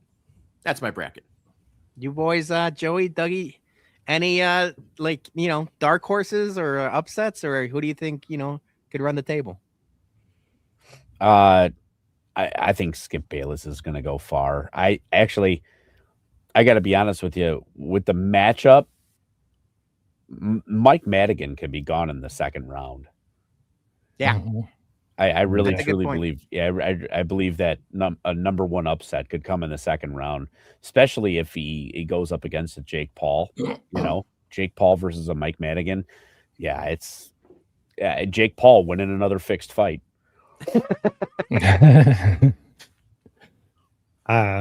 My goodness. I like particularly that number 4 seed, that YouTube TV. I think that can run the table because many of us have unfortunately been paying a premium to keep Google afloat these days, the $1 trillion company that they are, Alphabet. And I'd like to see that one run the table. Alton Brown, not a bum. Alton Brown, good guy. Oh yeah, I like him. So I think the timing really hurts someone like Annie Agar. If this released like how we were supposed to 2 weeks ago, Bears Packers was fresh in between, the last game of the season, and now that we've slayed that demon, I feel like Annie Agar might, we're not as pissed off as we could have been. So I think she could have gone far, but I think because of the circumstances, she might, get upset. Okay. All right. Who's next? Dougie, you're up. All right. Here come the bangers, baby. And so I did this, literally the bangers. I did my bracket semi strategically. I wanted to put my number 1 seed Bredilio, which I think is going to go on a deep run. Yeah, topical big deep run. I wanted to pair her up against the number 16 seed. People who buy Cheetos. They're the Cheeto bidders. The people that are buying the Cheetos that are certain, shapes and sizes, which I think is absolutely perfect because that is the most like nerdiest thing that you could do is buy a Cheeto that like is a shape of something. And I figure that is 90% of her simps. So Okay. it goes hand in hand. It's Perfect pairing. I mean, it's literally like a fall on the sword type situation because there's no way that Cheetos is going to win. But at least I get rid of one of them in a grand fashion. Next thing I'm gonna do is I'm gonna go down, just go straight. Yeah, I down think it's the back. easier to just go straight Yeah. down. Yeah. Okay. So next one, Bunny Blue. She's just an awful human being. So, I mean, I can't remember specifically what it was, but well, to you, she's a legend and a hero to many others. Yeah, I mean, Yeah, it's very much a depends who you ask type of deal. yeah. I mean, it's just, I don't know, 1,000 dudes in a day, like, I don't know. Either way. Oh, I thought Bonnie Blue was the ice cream company. Yeah. Yeah, no, different cream. Sorry. I paired her up against ESPN for killing the red zone. And that one hurt. I don't know if you got to see the final sign off from Hansen. No, I did not. It sucked. He got choked up. And he had a nice little speech or whatever, and basically was like, don't, in some words, like, don't be mad that it's over, just be happy that it happened, and really signed off in a really humble way. I mean, the guy's going to get another job somewhere else, and everything like that. But the fact that we had something so awesome and ESPN killed it, like, there's no coming back from that. Disney is just fucking us left and right. Yeah. So I figured since Disney's fucking us and she fucks a bunch of dudes, it went hand in hand. You did put some thought into this. I did. I just put 16 people together and I was like, yeah, right. All right, keep going. So another one that's very topical right now, ESPN Milwaukee. Yeah. ESPN Milwaukee, obviously all of their shit talking about the Bears, all the receipts that are coming up. Honestly, I mean, I knew that radio stations in Milwaukee existed, but like before this little bit of a stretch, like there was no relevancy at all. Like you never heard of them before, and then all of a sudden they like just started stamping their way and everything. So They just like did the van from old school, just pull guys off the street and be like, you want to be at ESPN Milwaukee? I mean, it really, since some of the videos have come out, I've watched some of their other clips. It's pretty awful. It is pretty awful. Yeah. Prez nails this comment. Yeah. And it's something that I've noticed because of Cap going back and forth with all of the Brust and everyone at ESPN Milwaukee. The worst thing about ESPN Milwaukee is making us Chicago fans side with David Kaplan. The fact that we're on his side of the aisle, that's the worst indictment you could have. So, boo. He also, I love Mr. Hand, but that fucking merchandise that Cap is throwing out is some of the worst. That I forgot what even the phrase is, but the Mr. recap, Hand, the take that stuff. Yeah, the take that. Pretty terrible. I don't like it. Anyway, so I have ESPN versus Kim Kardashian with her fake nipple bras, the nipple ring. I wasn't sure if it was the fake nipple bras or like that the Merkin thing too, right? Because they had the fake pubic hair stuff. Yeah, she had the. I wasn't sure where. Yeah, I mean, I could deal with like fake pubic hair. I mean, that whatever. Can you? That's, well, I mean, it's like furry underwear. Furry underwears have existed, It's but warm. like the true disappointment if you're like into like nipple piercings and then all of a sudden the bra comes off and you're like, whoa, where'd that go? Like that would. You don't want to get rope-a-doped? Well, I mean, it's not my thing, but you know, to some people it is, you know. So I just think it's I don't know, stolen valor, I guess, you know. Either you get your nipples pierced or you don't. Don't fake it. So um then next I had Jack Doherty, that uh viral sensation loser, the dude that is notorious for like bumping into people and then hiding behind his Oh yeah, I Yeah. couldn't remember who that was. Yeah, he does like fake fights, and then the bouncer like intervened, right? yeah, basically, Yeah. yeah, he'll just like random people in the mall and like check them and then have the bouncer take care of it.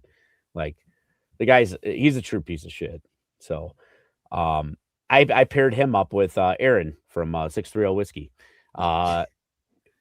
She absolutely fucked my bet at the Mermova that one night. We had the Chicago parlay that was nice and humming. That bad boy was humming. And yeah, she hurt my feelings. I don't think she's gonna go far. Erin's a great person. But So what happened? So she she mushed trailed us. it or bet against it or mushed no, it? she mushed us. She mushed us. Oh. It was the three-way one that you and I had. It was the Hawks, the Bears, and the Fire. Remember when all three of those were going? The Chicago parlay. Yeah, You know, and then you told a story of her like not picking up food. I thought this was gonna be a food related thing. oh yeah, I cooked a bunch of food and she wanted the leftovers and like didn't show up for it. But that's different. Yeah. Food Now is we're food. just airing out Money. dirty laundry. That's my Yeah. bad. I'm We're sorry. airing I'm sorry, airing Aaron. airing it out. Leave sis But alone. yeah, she won't go far. My other dark horse that I think is going to make a big run is the Ticketmaster CEO. Oh yeah. Ticketmaster CEO, I think, is going to make a nice long run in this tournament.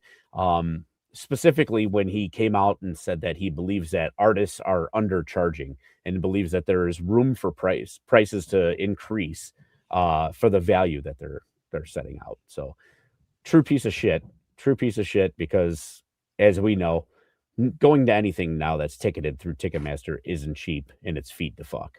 So and I just paired him up with Seth Jones just because I wanted to get Seth Jones on my list.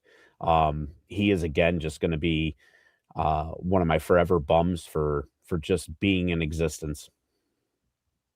After that, I went with Kanye West. For basically just being a racist piece of shit. Fair enough. And one of the things that I can't stand people that are racist, but I also can't stand people that smell. So what if you're a smelly racist? if you're a smelly racist, The worst of the worst. yes, the worst of the racists. Yeah, people that wear natural deodorant. Listen, you're not doing yourself any justice. You know, like you're not saving anybody anything. You're not like, you know, stop buying your deodorant at Whole Foods. It ain't working. You're not fooling anybody. Yeah, like, you know, deodorant is made so we don't stink. So just use regular deodorant. The aluminum one. Yes. Stephen A. Smith obviously goes without being said. Simple enough. Simple enough. I can't remember specifically why I bummed him, but Doesn't need a reason. it was probably something stupid that he said, of course. Stephen A. Smith. Yeah. Southwest Airlines. This one hurt me a little bit. Southwest used to be my jam. They've taken their whole business model and fucked it. It's terrible. I'll put them right there with Spirit and Frontier now. So I will say, Dougie, so Yeah. Since I'm the one doing the bracket and stuff like that, they are on a little bit of a heater because you bummed them last year too, and they were your 13 seed. Yeah. So they went from 13 to 10. I Yeah. can't imagine how much like next year is going to be. You got a couple vacations booked. I know you're not, as much as you complain about them, I know you're not switching from Southwest, buddy. So it's like I want to see how far they can climb. Yeah, well, I mean, we will see. Whoa. Aaron, forget it. Aaron's making a run in this tournament. End of the podcast, you're gonna be number 4, and Jack Dory's gonna be number 13. man. Dude. Spirit Airline Truther. and scam AI Packers. Oh yeah, man. that's the one. Yeah, we could have done that. She did the AI Packer thing. That was And- bogus. And so for my last little bit of run, I paired these two together because it's all political bullshit. I hate politics to a core. Honestly, and I'm just speaking it out there. I know like some people love to point this out about whatever. I don't give a fuck about your politics. I don't want to hear about it. I don't give a shit. Like, hey, you hate this side, you hate that side. Cool. Keep it to yourself. I don't give a fuck. I don't want to hear about it. So that's my little thing on politics. But the governor, this is a governor of New Orleans. This is that piece of shit that basically had a terrorist attack on his home turf and then decided that the right thing to do would be like post about, I'm still going out to dinner in New Orleans because it's the greatest city ever and everything like that. Read the room.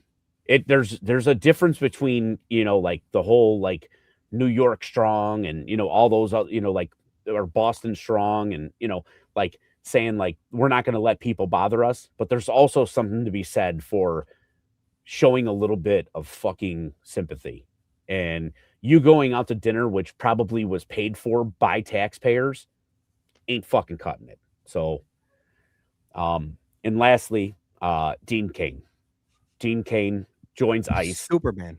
Yeah, joins ICE, wants to go ahead and say that, he's going to go ahead and be an ICE agent and everything like that. I'm pretty sure that guy hasn't stepped fucking foot on any soil and done anything besides maybe process a couple pieces of paperwork and taken photos with things. So two very political things, both pieces of shit, and think could make an easy run on this bottom bracket. Spirit Airlines sucks. I dig it. That concludes my bracket. Bree Delio is going to run this bracket. Yeah. What if it's Bree versus Aaron? Nah, Aaron's not going to get past. Mush versus mush. Damn. Battle We're of gonna the have to get Aaron Ages. back on the show. She got to defend herself. Hey, yeah, she could try. All right. I'm up next. We'll close out with Johnny and Joey. Dougie, you mentioned obviously we typically don't get political on this show, but my bracket is chock full of political idiots. I mean, it is straight up and down. It starts very easy, very chalk, very topical as well. They've been on this list in one way or another the entirety of the history of the Bum of the Year tournament. It's Packers fan. That's an easy 1-1. That's chalk. It's almost like Duke in the tournament. You just put them up there. You don't have to worry about it, and then you just kind of like let them go, right? Like it's like, or like UConn in the women's basketball tournament. It was like it's one of the 1 seeds. You don't have to worry about it. So Packers fan, you're gonna run wild. My 16 seed is a problem because I am now considering Brandon Spinner, Whiskey Weather, one of like a friend of the program. So I'm excluding him because of the whiskey content.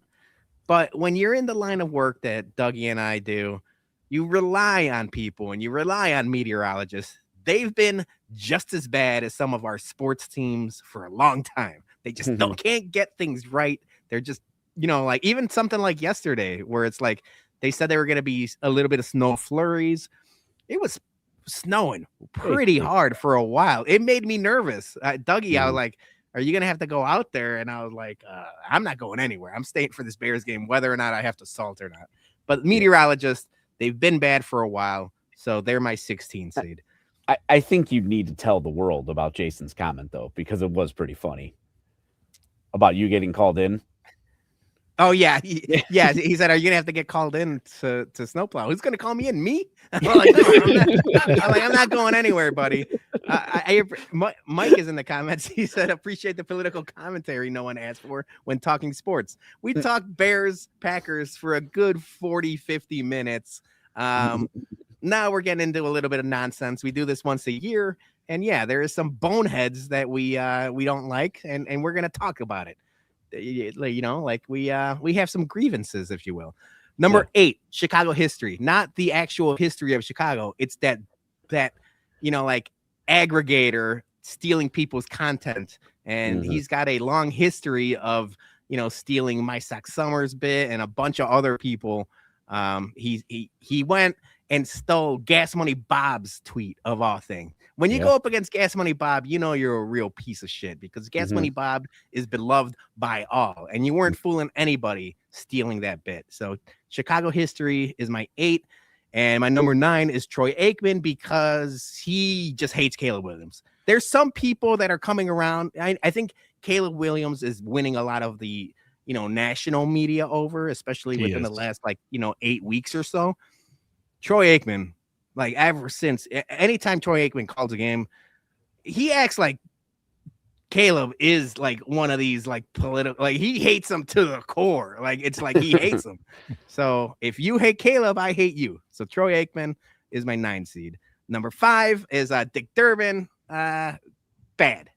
He made some choices I did not agree with, so I put him on the list. I put him with Jimmy Fallon only because Jimmy Fallon, if you remember, he talked about the not sure if he's a Red Sox or Yankees fan. He's been doing the flip flop, and we said you got to pick a side, man. Yeah. You can't be doing that. That's brutal.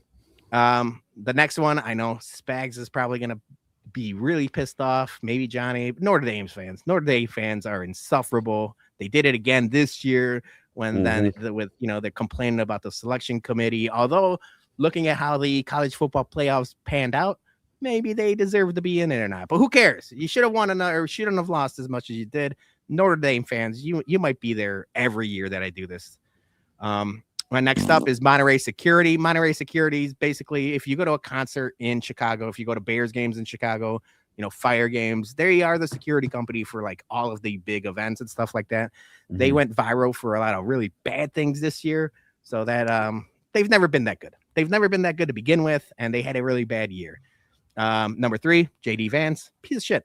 Piece of shit. Simple as that. JD Vance, piece of shit. If you don't agree with me, fuck you, because he's a piece of shit. Number 14, White Sox influencers. Now, it's not White Sox Twitter people. This is specifically when we got invited to the new food tastings at the White Sox. Remember, Jason? There's a lot of people. Sox Machine was there. The 108 guys was there. Maddie. Everyone was doing their filming of the new food offerings. Everything was awesome. There were some random people with a bunch of Instagram accounts left their table looking like it was cafeteria lunch in 5th grade or something like that. It was a pigsty, literally just half-bitten stuff and papers everywhere. It was so bad that I turned to you, Jason, and we turned to the people running it, a couple of our friends in the White Sox office. And I was like, hey, look at the bums table, and then look at these people's tables, because we had everything cleaned. I cleaned our table off with water and everything. I was like, look at this table, and then look at these people's tables. And they looked, and they're like, holy hell. He's like, this is bad. Appreciated it. Yeah. So yeah, they call us influencers. Number 6 is Jeff Agris. He had the hit piece talking about how John Schriffen should get fired, and he was given his reasons why. And then the White Sox announced the next day that he's coming back for next year. So it's like, you couldn't have wrote a worst hit piece at the worst time. It literally took him one day to be like, nah, he's back. So suck a dick, Jeff Agris. Number 11 is City of New York. I honestly don't even remember, but I'm happy that they're on there. Those gabagools, you could, Giants fans, Yankees fans, the entire city of New York, bad. My personal demon, I-55 traffic. This one's gonna make a run, dude. I complain about I-55 traffic, and it keeps getting worse. Almost like your Southwest Airlines, Dougie, is I-55 traffic for me, because I had it as a number 11 seed last year, and now it's a number 7 seed.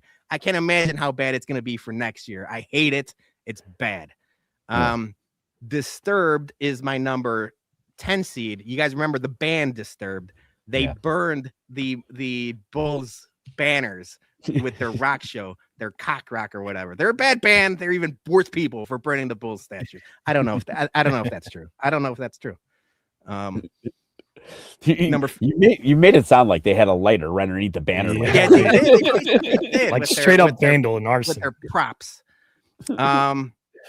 Number 15, school pickup line parents. I deal with this all the time. You know, I take my kids to school and then come. It's the Wild West. It's the Wild West. You know, we're supposed to be parents. We're supposed to be teaching people how to act. And half of these motherfuckers don't know that. Julie, she gets more mad than I do, but they just don't follow the rules. Just stand in line, wait, take your turn. You got to drive up past the cones. Some people just park wherever. It's crazy. You know what I should probably start doing? I'll probably get my kids kicked out of school. I should start filming some of these bozos and some of the things they do. It really is the Wild West. And then my number 2 is perennial for me. He could have been my number 1. I fought him tooth and nail every year. I complain about him. He's ruining X, Twitter, whatever you want. I mean, he's ruining a lot of things, but me specifically, he's ruining our enjoyment of our app where we have the most followers. We just got the 5K. We were celebrating it. And Elon is just ruining Twitter. So Elon Musk, bum of the year. He could also be ruining your parent pickup line because he just keeps repopulating with kids. Yeah. And you know, you're probably right because he's got all these kids named all kinds of weird letters of the alphabet and symbols and hieroglyphics. You're right. He is repopulating way too much. Yeah. All right. Joey and Johnny. All right, we're going to start with Johnny's first. So we did this. We split it up. One bracket for 2 because you guys had to say, you know, like same amount of bums and MVBs. And you guys, I'll be honest, you guys have some really good picks that I think are going to go far. Johnny started off with WWE Saudi Arabia, specifically moving all of the premium live events to Saudi Arabia.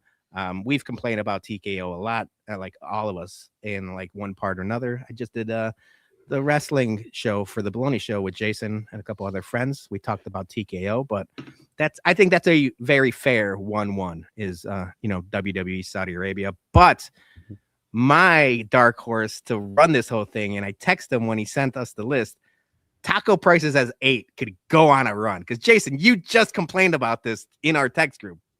Yeah. $17 for a burrito and a medium horchata. I was like, what the fuck did I just pay for, man? Yeah. $10.50 for a burrito plus $1 for cheese and sour cream.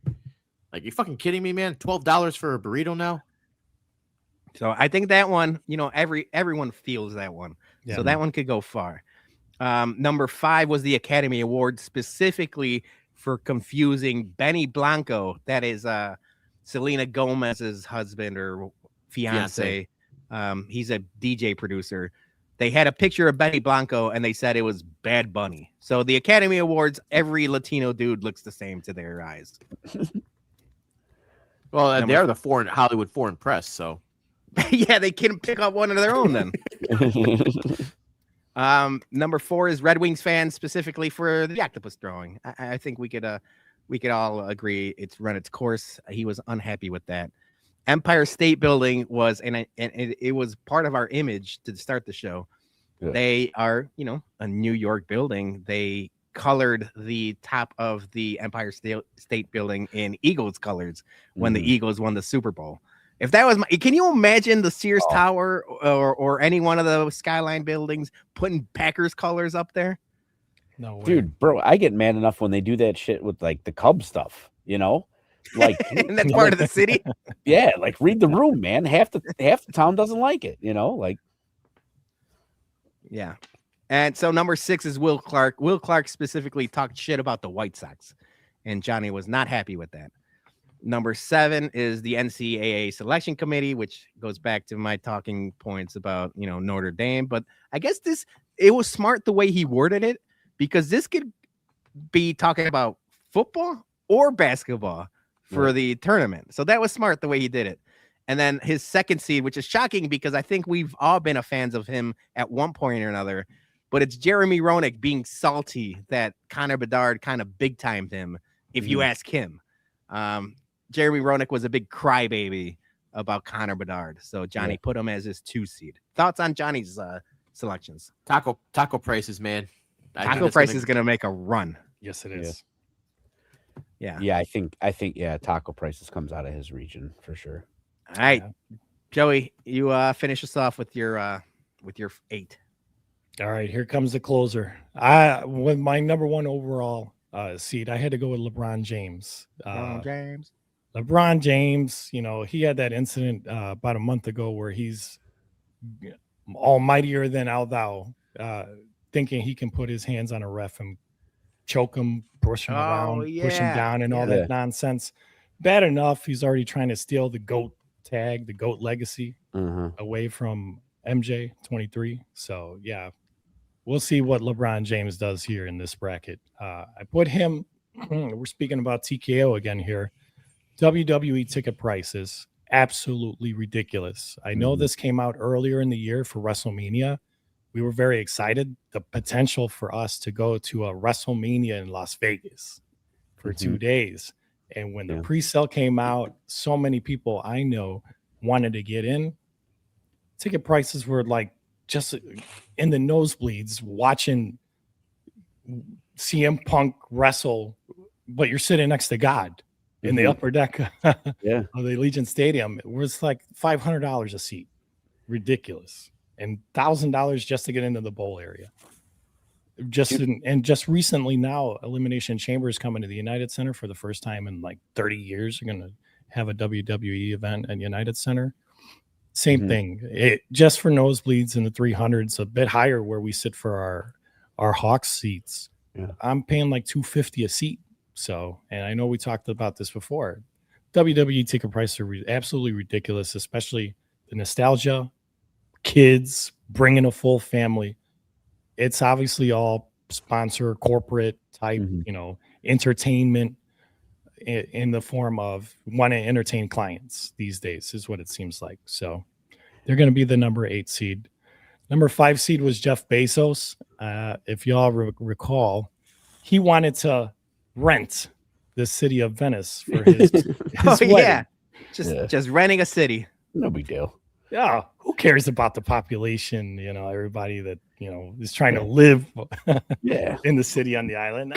Nah, y'all can wait. Just go live somewhere else for 3 days so I can have this lavish wedding. Dude, come on. Number 4, boxing. Boxing, unfortunately, has been it's a dying sport. MMA's obviously probably taken the reins the last 10 years or better from the sport of boxing. This in particular, around the Cinco de Mayo, you had the Jake Paul fight earlier in 2025 against Julio Cesar Chavez Jr. Obviously, it was just a marquee name that Jake Paul wanted to say, I beat up Chavez Jr. And that's exactly what he did. He was just there for the payday. Boxing is nothing but an exhibition sport at this point. So boxing it is at number 4. Number 3, Crackle Barrel. If y'all remember, Crackle Barrel wanted to just redo everything that they've had going right all these years in terms of just down home Southern cooking at all their restaurants and establishments. It started with trying to change their logo, and they got burned for it by the masses, right? Like, don't change the logo. It's cool. What are you doing? And then literally a week or so later, we got all these new remodeled restaurants and this Chip and Joanna ones. The Chip and Joanna, Magnolia, HGTV makeover ones. And everybody's like, what are you doing? You're ruining everything. And then also some of the menu items were reduced too and taken away. My mom was upset about that when I took her a few months ago to the Crackle Barrel out there in Bolingbrook. So yeah, Crackle Barrel, number 3. From what I understand now, they've gotten their stuff back together, because of all the uproar. But we'll see where they go in this tournament. Number 6, Super Bowl commercials. I mean, is there a greater bum than this year over year? So much hype going to Super Bowl commercials when we were kids in the 80s and 90s. So excited. There were watch parties just for commercials, even though people didn't care about the football sometimes, right? Yeah. Nowadays, there's just no creativity whatsoever. I guess I'm blaming the new generation. I don't know. So even if you got to throw back a couple of the great commercials from the 90s and re-image them or redo them or something, just try to bring the people back in. Try a little bit harder. All right. The 7th seed, NBA All-Star Weekend. Oh my gosh. Bring back the MTV Rock and Jock basketball challenge. Okay. Yes. Because the NBA All-Star Weekend, you've got not only just bad basketball because nobody's playing defense and we're just chalking up 3-pointers like the current NBA does today.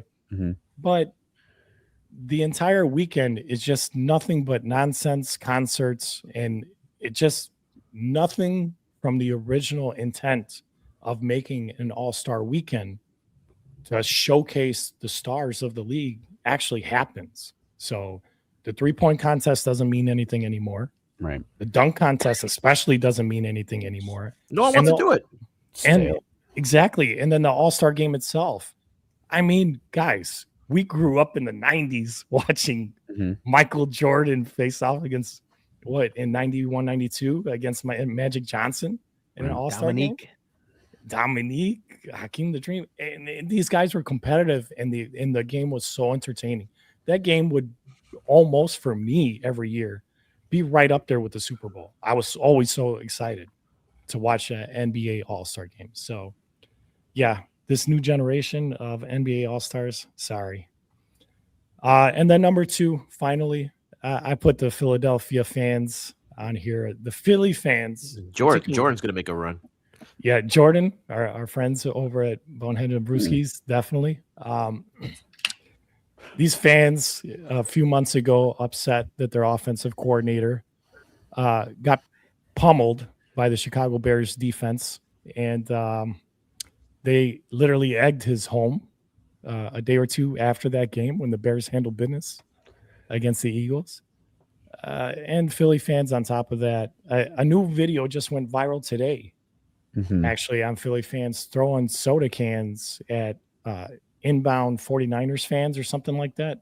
Yeah. Near in or around the stadium today. So they're used to Philly fans just bums all around, throwing stuff, throwing batteries at people over the years. Causing a ruckus. Y'all need to get yourselves together, just like my voice. That's all I got, guys. You powered through it, Joe. I appreciate that. I think Cracker Barrel's going to make a good run. Yeah. On this, as Philly fans too. What I worry about, LeBron James has a deep history in this tournament, but just in general, I feel like that's a true 1-1. I think I wouldn't be shocked if it's LeBron James versus taco prices, which is going to be like an all-time matchup. Yeah.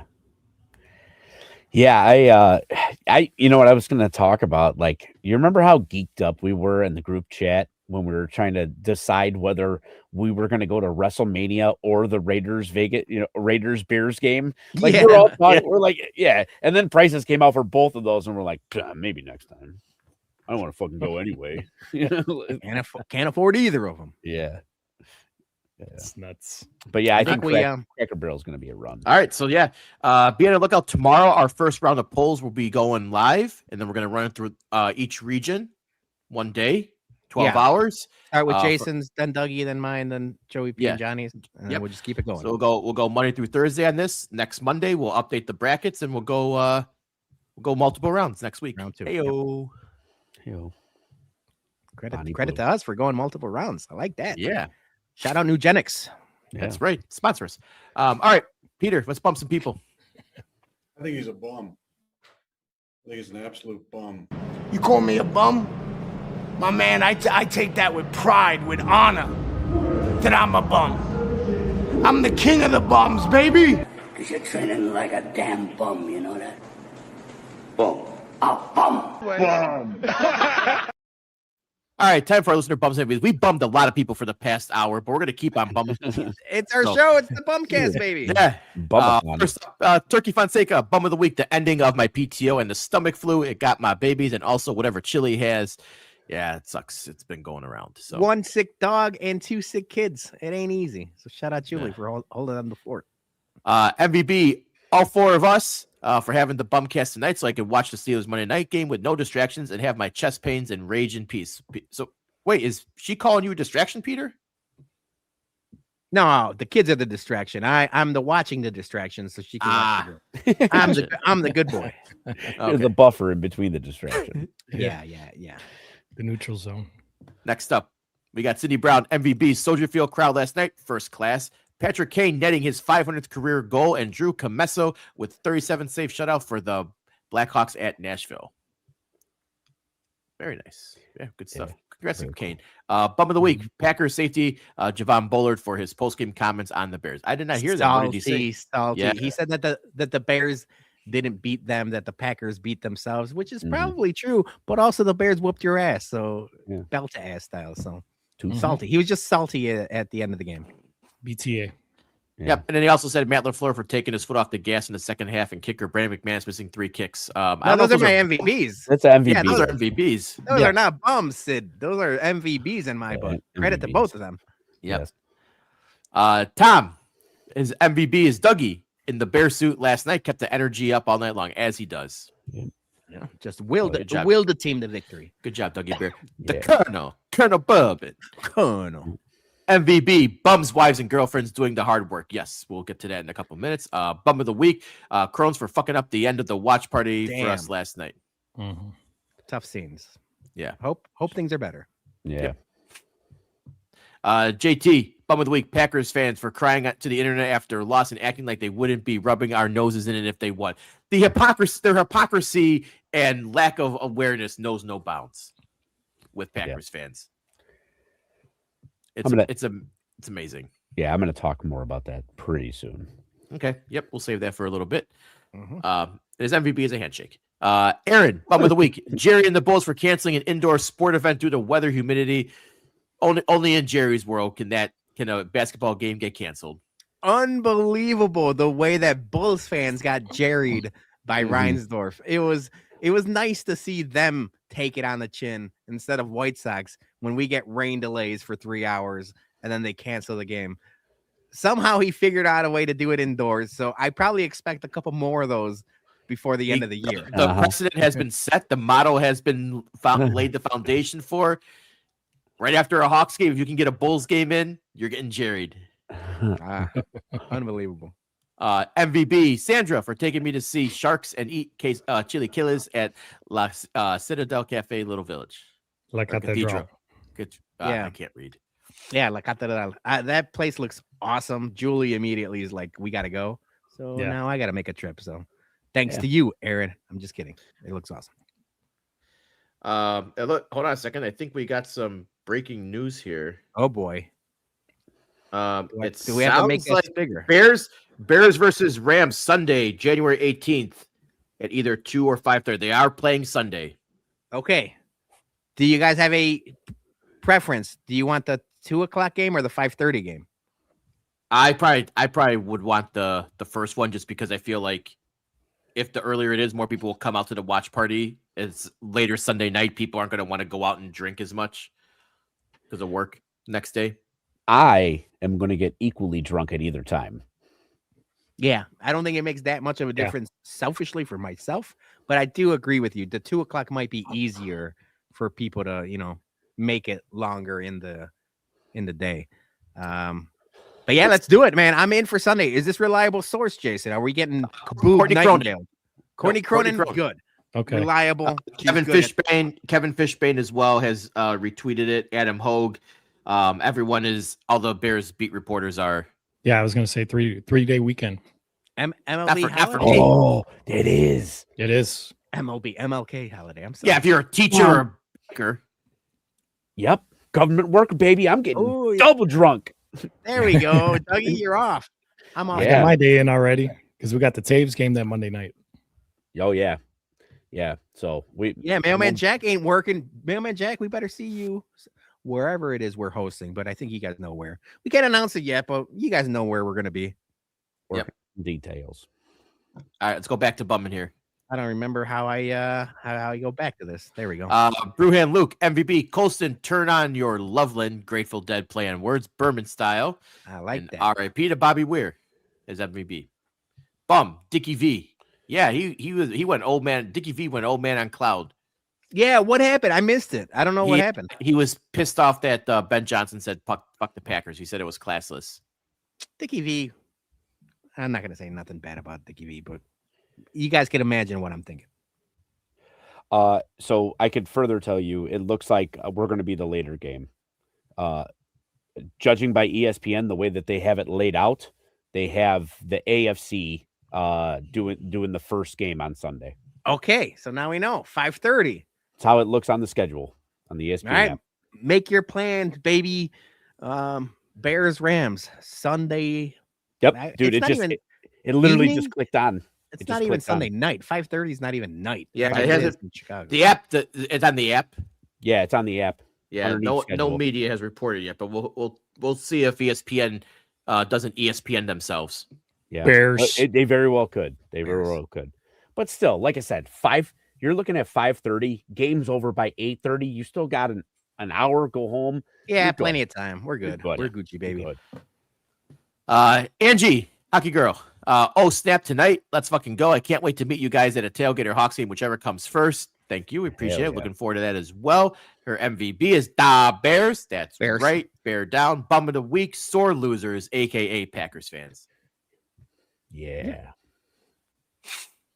Speaking of Packers fans, Yeah, our good friend Brett. Bum of the week football. I wanted to reply back with the Seth Rollins "I love football" tweet. yeah, that's the way to respond back. Can't imagine why, Brett. Who knows? Yeah. Show us where the doll touched you. Jeff Bartlett, MVP, Brandon McManus for missing 2 field goal attempts and 1 extra point. Yes, that's good job for him. Appreciate you. Yep. Gordo, bum of the week. Me for not going to the watch party. FOMO's a bitch, my man. Yeah. Should have So, rolled up. Yep. Yeah, Warned Sam. everyone. Hopefully we'll see you next week. Yeah. Tune MVP, us for being the bums for being the bums. Great group of guys. We appreciate you. I agree with that. Appreciate it. We are a great group of guys. Yep. Cosine. King asks, excuse me, the Golden Globes are on tonight. Stick to Monday, you bums. We are more important than the Golden Globes. Golden Globes can fuck off. Oscars are the only thing that matters. Bum of the week, use guys. Nope, incorrect. MVB is Bears. Bears. You know what? Why didn't he didn't spell it his usual Yeah. Bears way? Yeah. He's slipping. Really half-ass and shit. Yumper, bum of the week, politics. You know why. Yeah, Enough said. MVB, Bears. Bears. And final mailman, Jack, bum of the week, sweaty basketball courts. Jerry, baby. Yeah, that's a Jerry special. Is MVB how insufferable Bears fans get to be for the next week? I love it. All those don't receipts get and this. bookmarks are going to be cashed and Mhm. victory laps will be had. We don't get this feeling too often, so we deserve to be insufferable for a little bit. It's been way too long since you do the little strut and puff your chest out a little bit. We have all earned that. Yep. Yeah. Forgot how it feels. Wait until we're insufferable all off season when we win the Super Bowl. Mhm. Oh my god, I can't imagine. Can't even imagine. All right. Joey, kick us off. Okay. Can I go with my You do bum whatever of you the want. week first? I'll go with my bum of the week first. Yeah, do however. My bum of the week. I'm just gonna blame Canada. Okay, I'm gonna blame Canada. So the Can't play the upcoming music though. no, I can't play. Of course not. The Olympics, the upcoming Olympics. Okay, the Team Canada national hockey team. They left off a certain someone from the roster, someone by the name of Connor Bedard, the best freaking Canadian-born player there is today, living and breathing in the NHL. And he happens to be a Chicago Blackhawk. Yeah. Where's my bias, really? Coincidence. Tell him, Dougie. Don't see any. I don't see any. I don't either. In any event, they did not invite Connor Bedard onto the team. And the powers that be that control these decisions for Team Canada immediately debunked the rumor that it was because Connor's just coming off of an injury and he just returned the other night on the ice for us. They said, no, we didn't leave him off the roster because of his injury. And paraphrasing, he's just not there yet where he needs to be skill-wise to make our team. Are you freaking kidding me? You know what? I should be MVPing him because Team USA is going to kick their ass now. Yeah. Yeah. You see, Do it. I cussed Do it. on purpose. Yeah, Do you it. see, yeah, I just did. More. I did. I want more. He wants more. Some more swear words. No, I need another 20. In any event, yeah, we're gonna kick their ass. Attaboy. Give me that Bob. Give me that Bob, Attaboy. Joey P. No, I'm not. I ain't going that far. Hold on. I got 5 on it. So yeah, that's bum of the week, Team Canada. let the kid play. Obviously, they did eventually come out and say, after they've gotten probably a lot of the Canadian fans upset that the best Canadian-born player can't, possibly be on the team. He may be an injured reserve player. So if someone gets hurt, then they'll call him over. All right, so that's bum of the week. MVB, I know we're all going to go around the horn on this same one. Ramova, watch party. All of you that come out, bigger and better watch parties each and every time with everyone that comes out. We truly do appreciate it and love it. It's so exciting.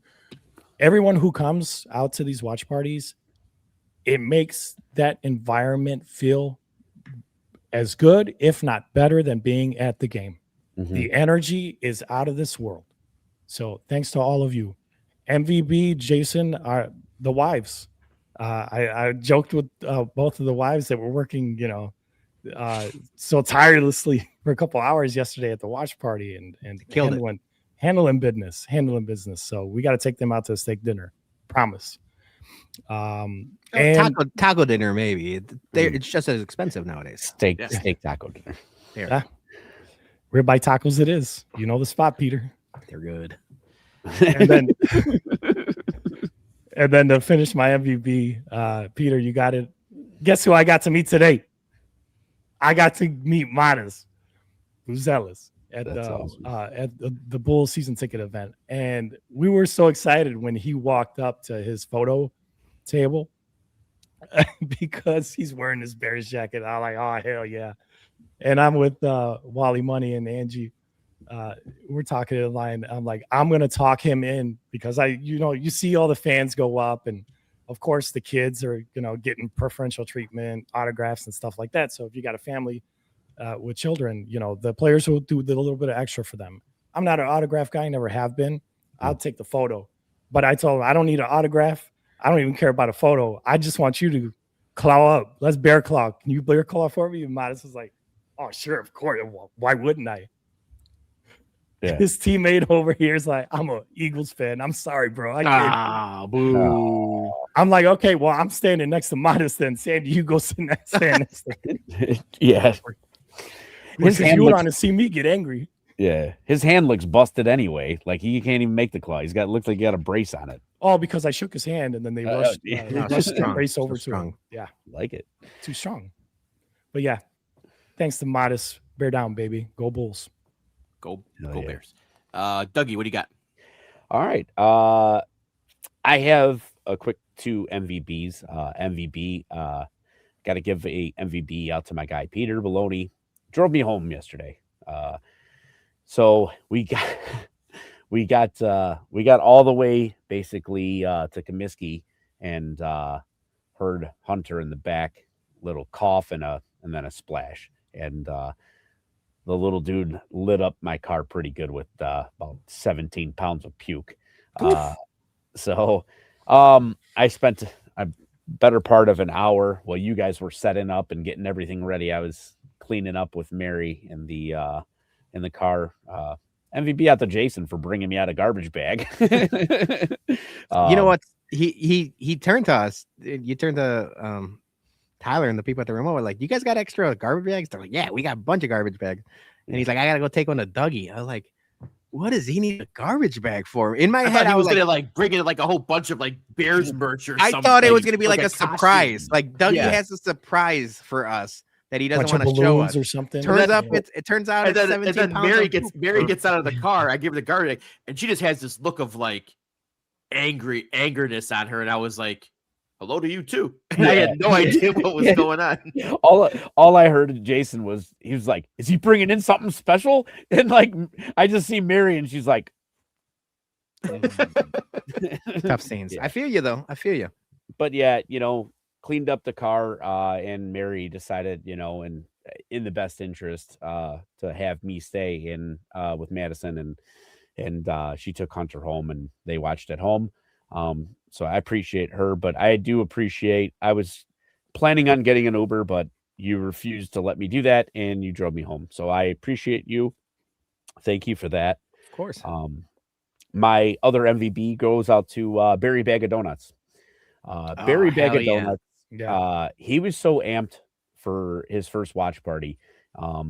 He works a specific job to where his hours are all kind of weird and wonky.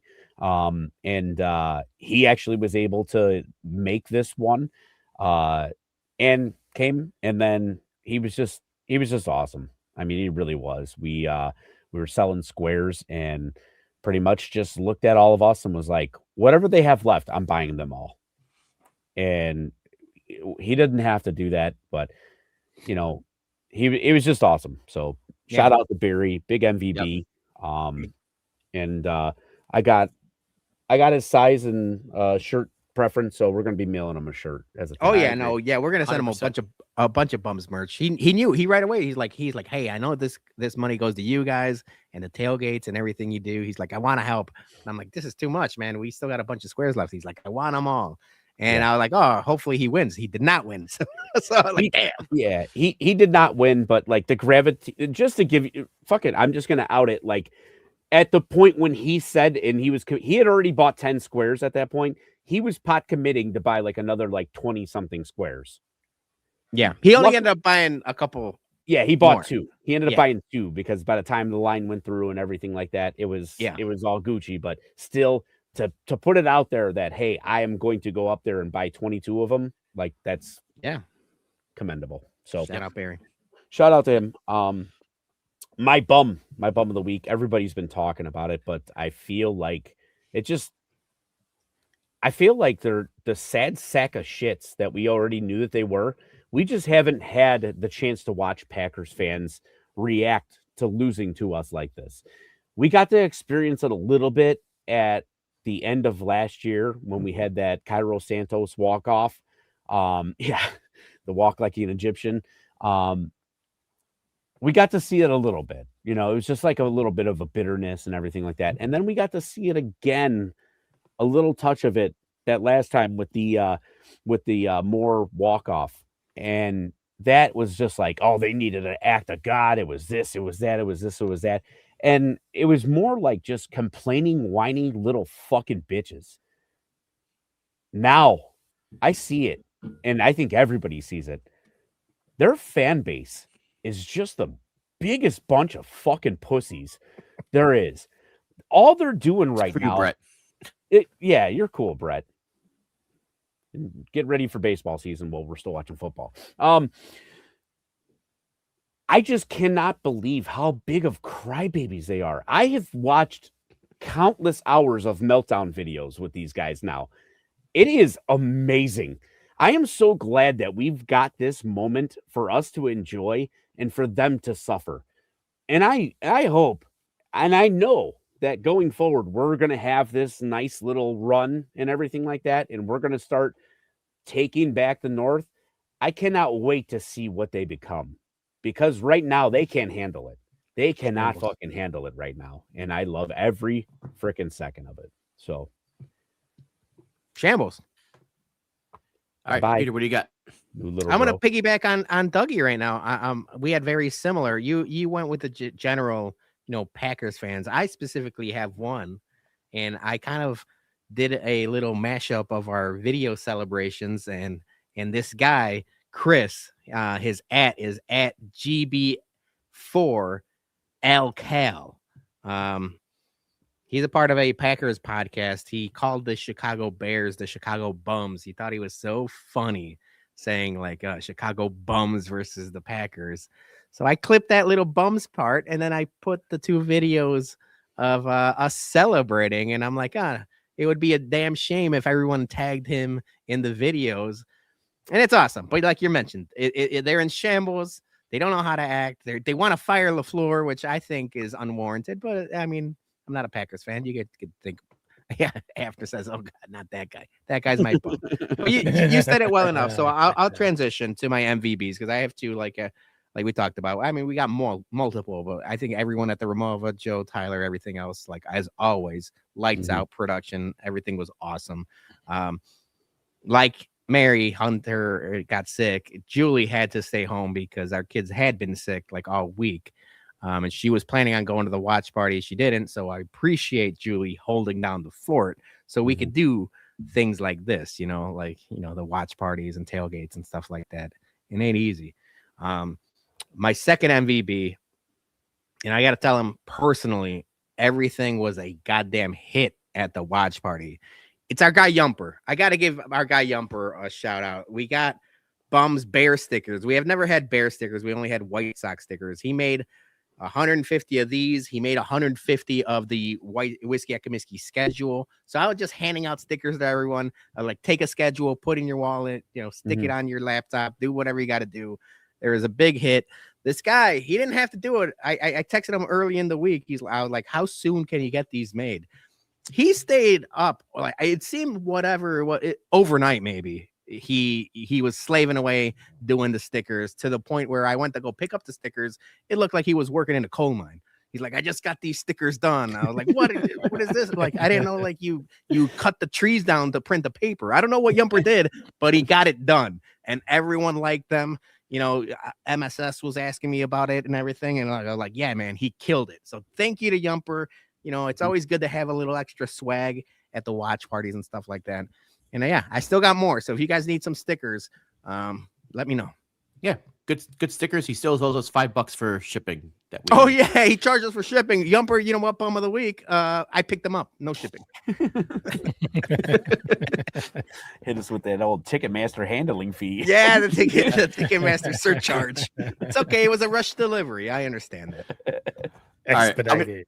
I'm gonna take us home here. I got. I'm gonna MVP first. MVP being everyone who came out to Ramova, Tyler, Joe, all of them. Thank you so much. Barry Bag of Donuts. A special shout out to the wives, especially Sarah and Sandy, for running the squares and hustling, chasing down people. They missed a lot of the part of the first quarter trying to close out the squares and write 100 names on the board and collecting money and telling people to do Venmo. They went above and beyond while we were drinking and mingling and watching the game. Thank you to the ladies. Appreciate it. They hustled their ass. So we're not worthy. We're not worthy. Yeah. All right. I'm gonna start with I'm gonna get to my bums then. Now, first one is Annie Agar. She's on my tournament. She's back again. But this time, and this is going to lead into something a little more general too, but like she had that video of her at the bar. She goes to a Bears bar and she's just sitting there filming herself. Mm-hmm. And this kind of just goes into all these other like sports influencers who just put a phone in front of their face and record their reactions. And it's a very weird trend that's going on right now that people are just watching someone watch a game so they get their overhyped, overproduced reaction every 30 seconds to a minute that's completely manufactured for the fucking camera and the views and the likes. And yes, we did a watch along. At least what we were bantering and providing, stuff, not just staring at camera going, no, oh my god, and just doing like this and like just making the stupid facial reactions. Like this trend of just these influencers putting the camera on their face, it needs to stop, man. There's a lot of people doing this right now, and it's very, very cringe. And I hope it's cringe. And the people who are watching it, go outside and touch grass or something, because Annie Agar's sitting at a bar, at a Bears bar, with their phone on their face for 3 fucking hours. It's just weird fucking behavior. Mm-hmm. So my final bum is last night. A little story time. Last night after the watch party, it's the bouncer from Electric Funeral. I had a friend who stopped by the watch party who I haven't seen in 6 years, and I went to go buy a round of shots and was promptly told that the bar at Ramova was closed. So I was like, okay, could have wish it would stayed open a little bit longer, but whatever. So like, go to Electric Funeral. I'll meet you at Electric Funeral. Didn't get a chance a whole bunch of time to catch up after 6 years. So I'm like, go to Electric Funeral. We're probably gonna stop in for a round. I'll do a round of shots there. So we all pack up, her and her friends, they leave, they go to Electric Funeral. We're packing up. we try to go in, and the bouncer's like, we're at capacity. And understand that, we had the mad rush of people come out of Vermova. A lot of them went to Electric Funeral, plus, people from the other area were hanging out there as well. I understand capacity. I also was not in my right mind of it, so I was a little, amped up myself. So I'm not going to say this was completely on the asshole bouncer, but you'll see where I'm going with this in a second. So this is so perfect. I know. sorry about that. Little buffer there. So I said, hey, listen, I just want to go buy a round of shots for my friends, and then I'm gonna go. I'll be real quick. He said, no, capacity. It's like, fine. Cornsey, who was right there by the door next to the bar, she saw me, and I said, hey, now I was like, would you mind stepping out, like I'm going to the bar, buy a round of shots real quick, and then come back? And now, granted, that was kind of an asshole-ish thing for me to ask Cornsey to go step outside so I can go buy a round real quick. Again, I wasn't in my right mind at the time after the game. But she, being the nice and awesome person Cornsey is, she's like, yeah, no problem. She puts her coat on. She comes out. She comes out. The bouncer's still like, we're at capacity. And I'm like,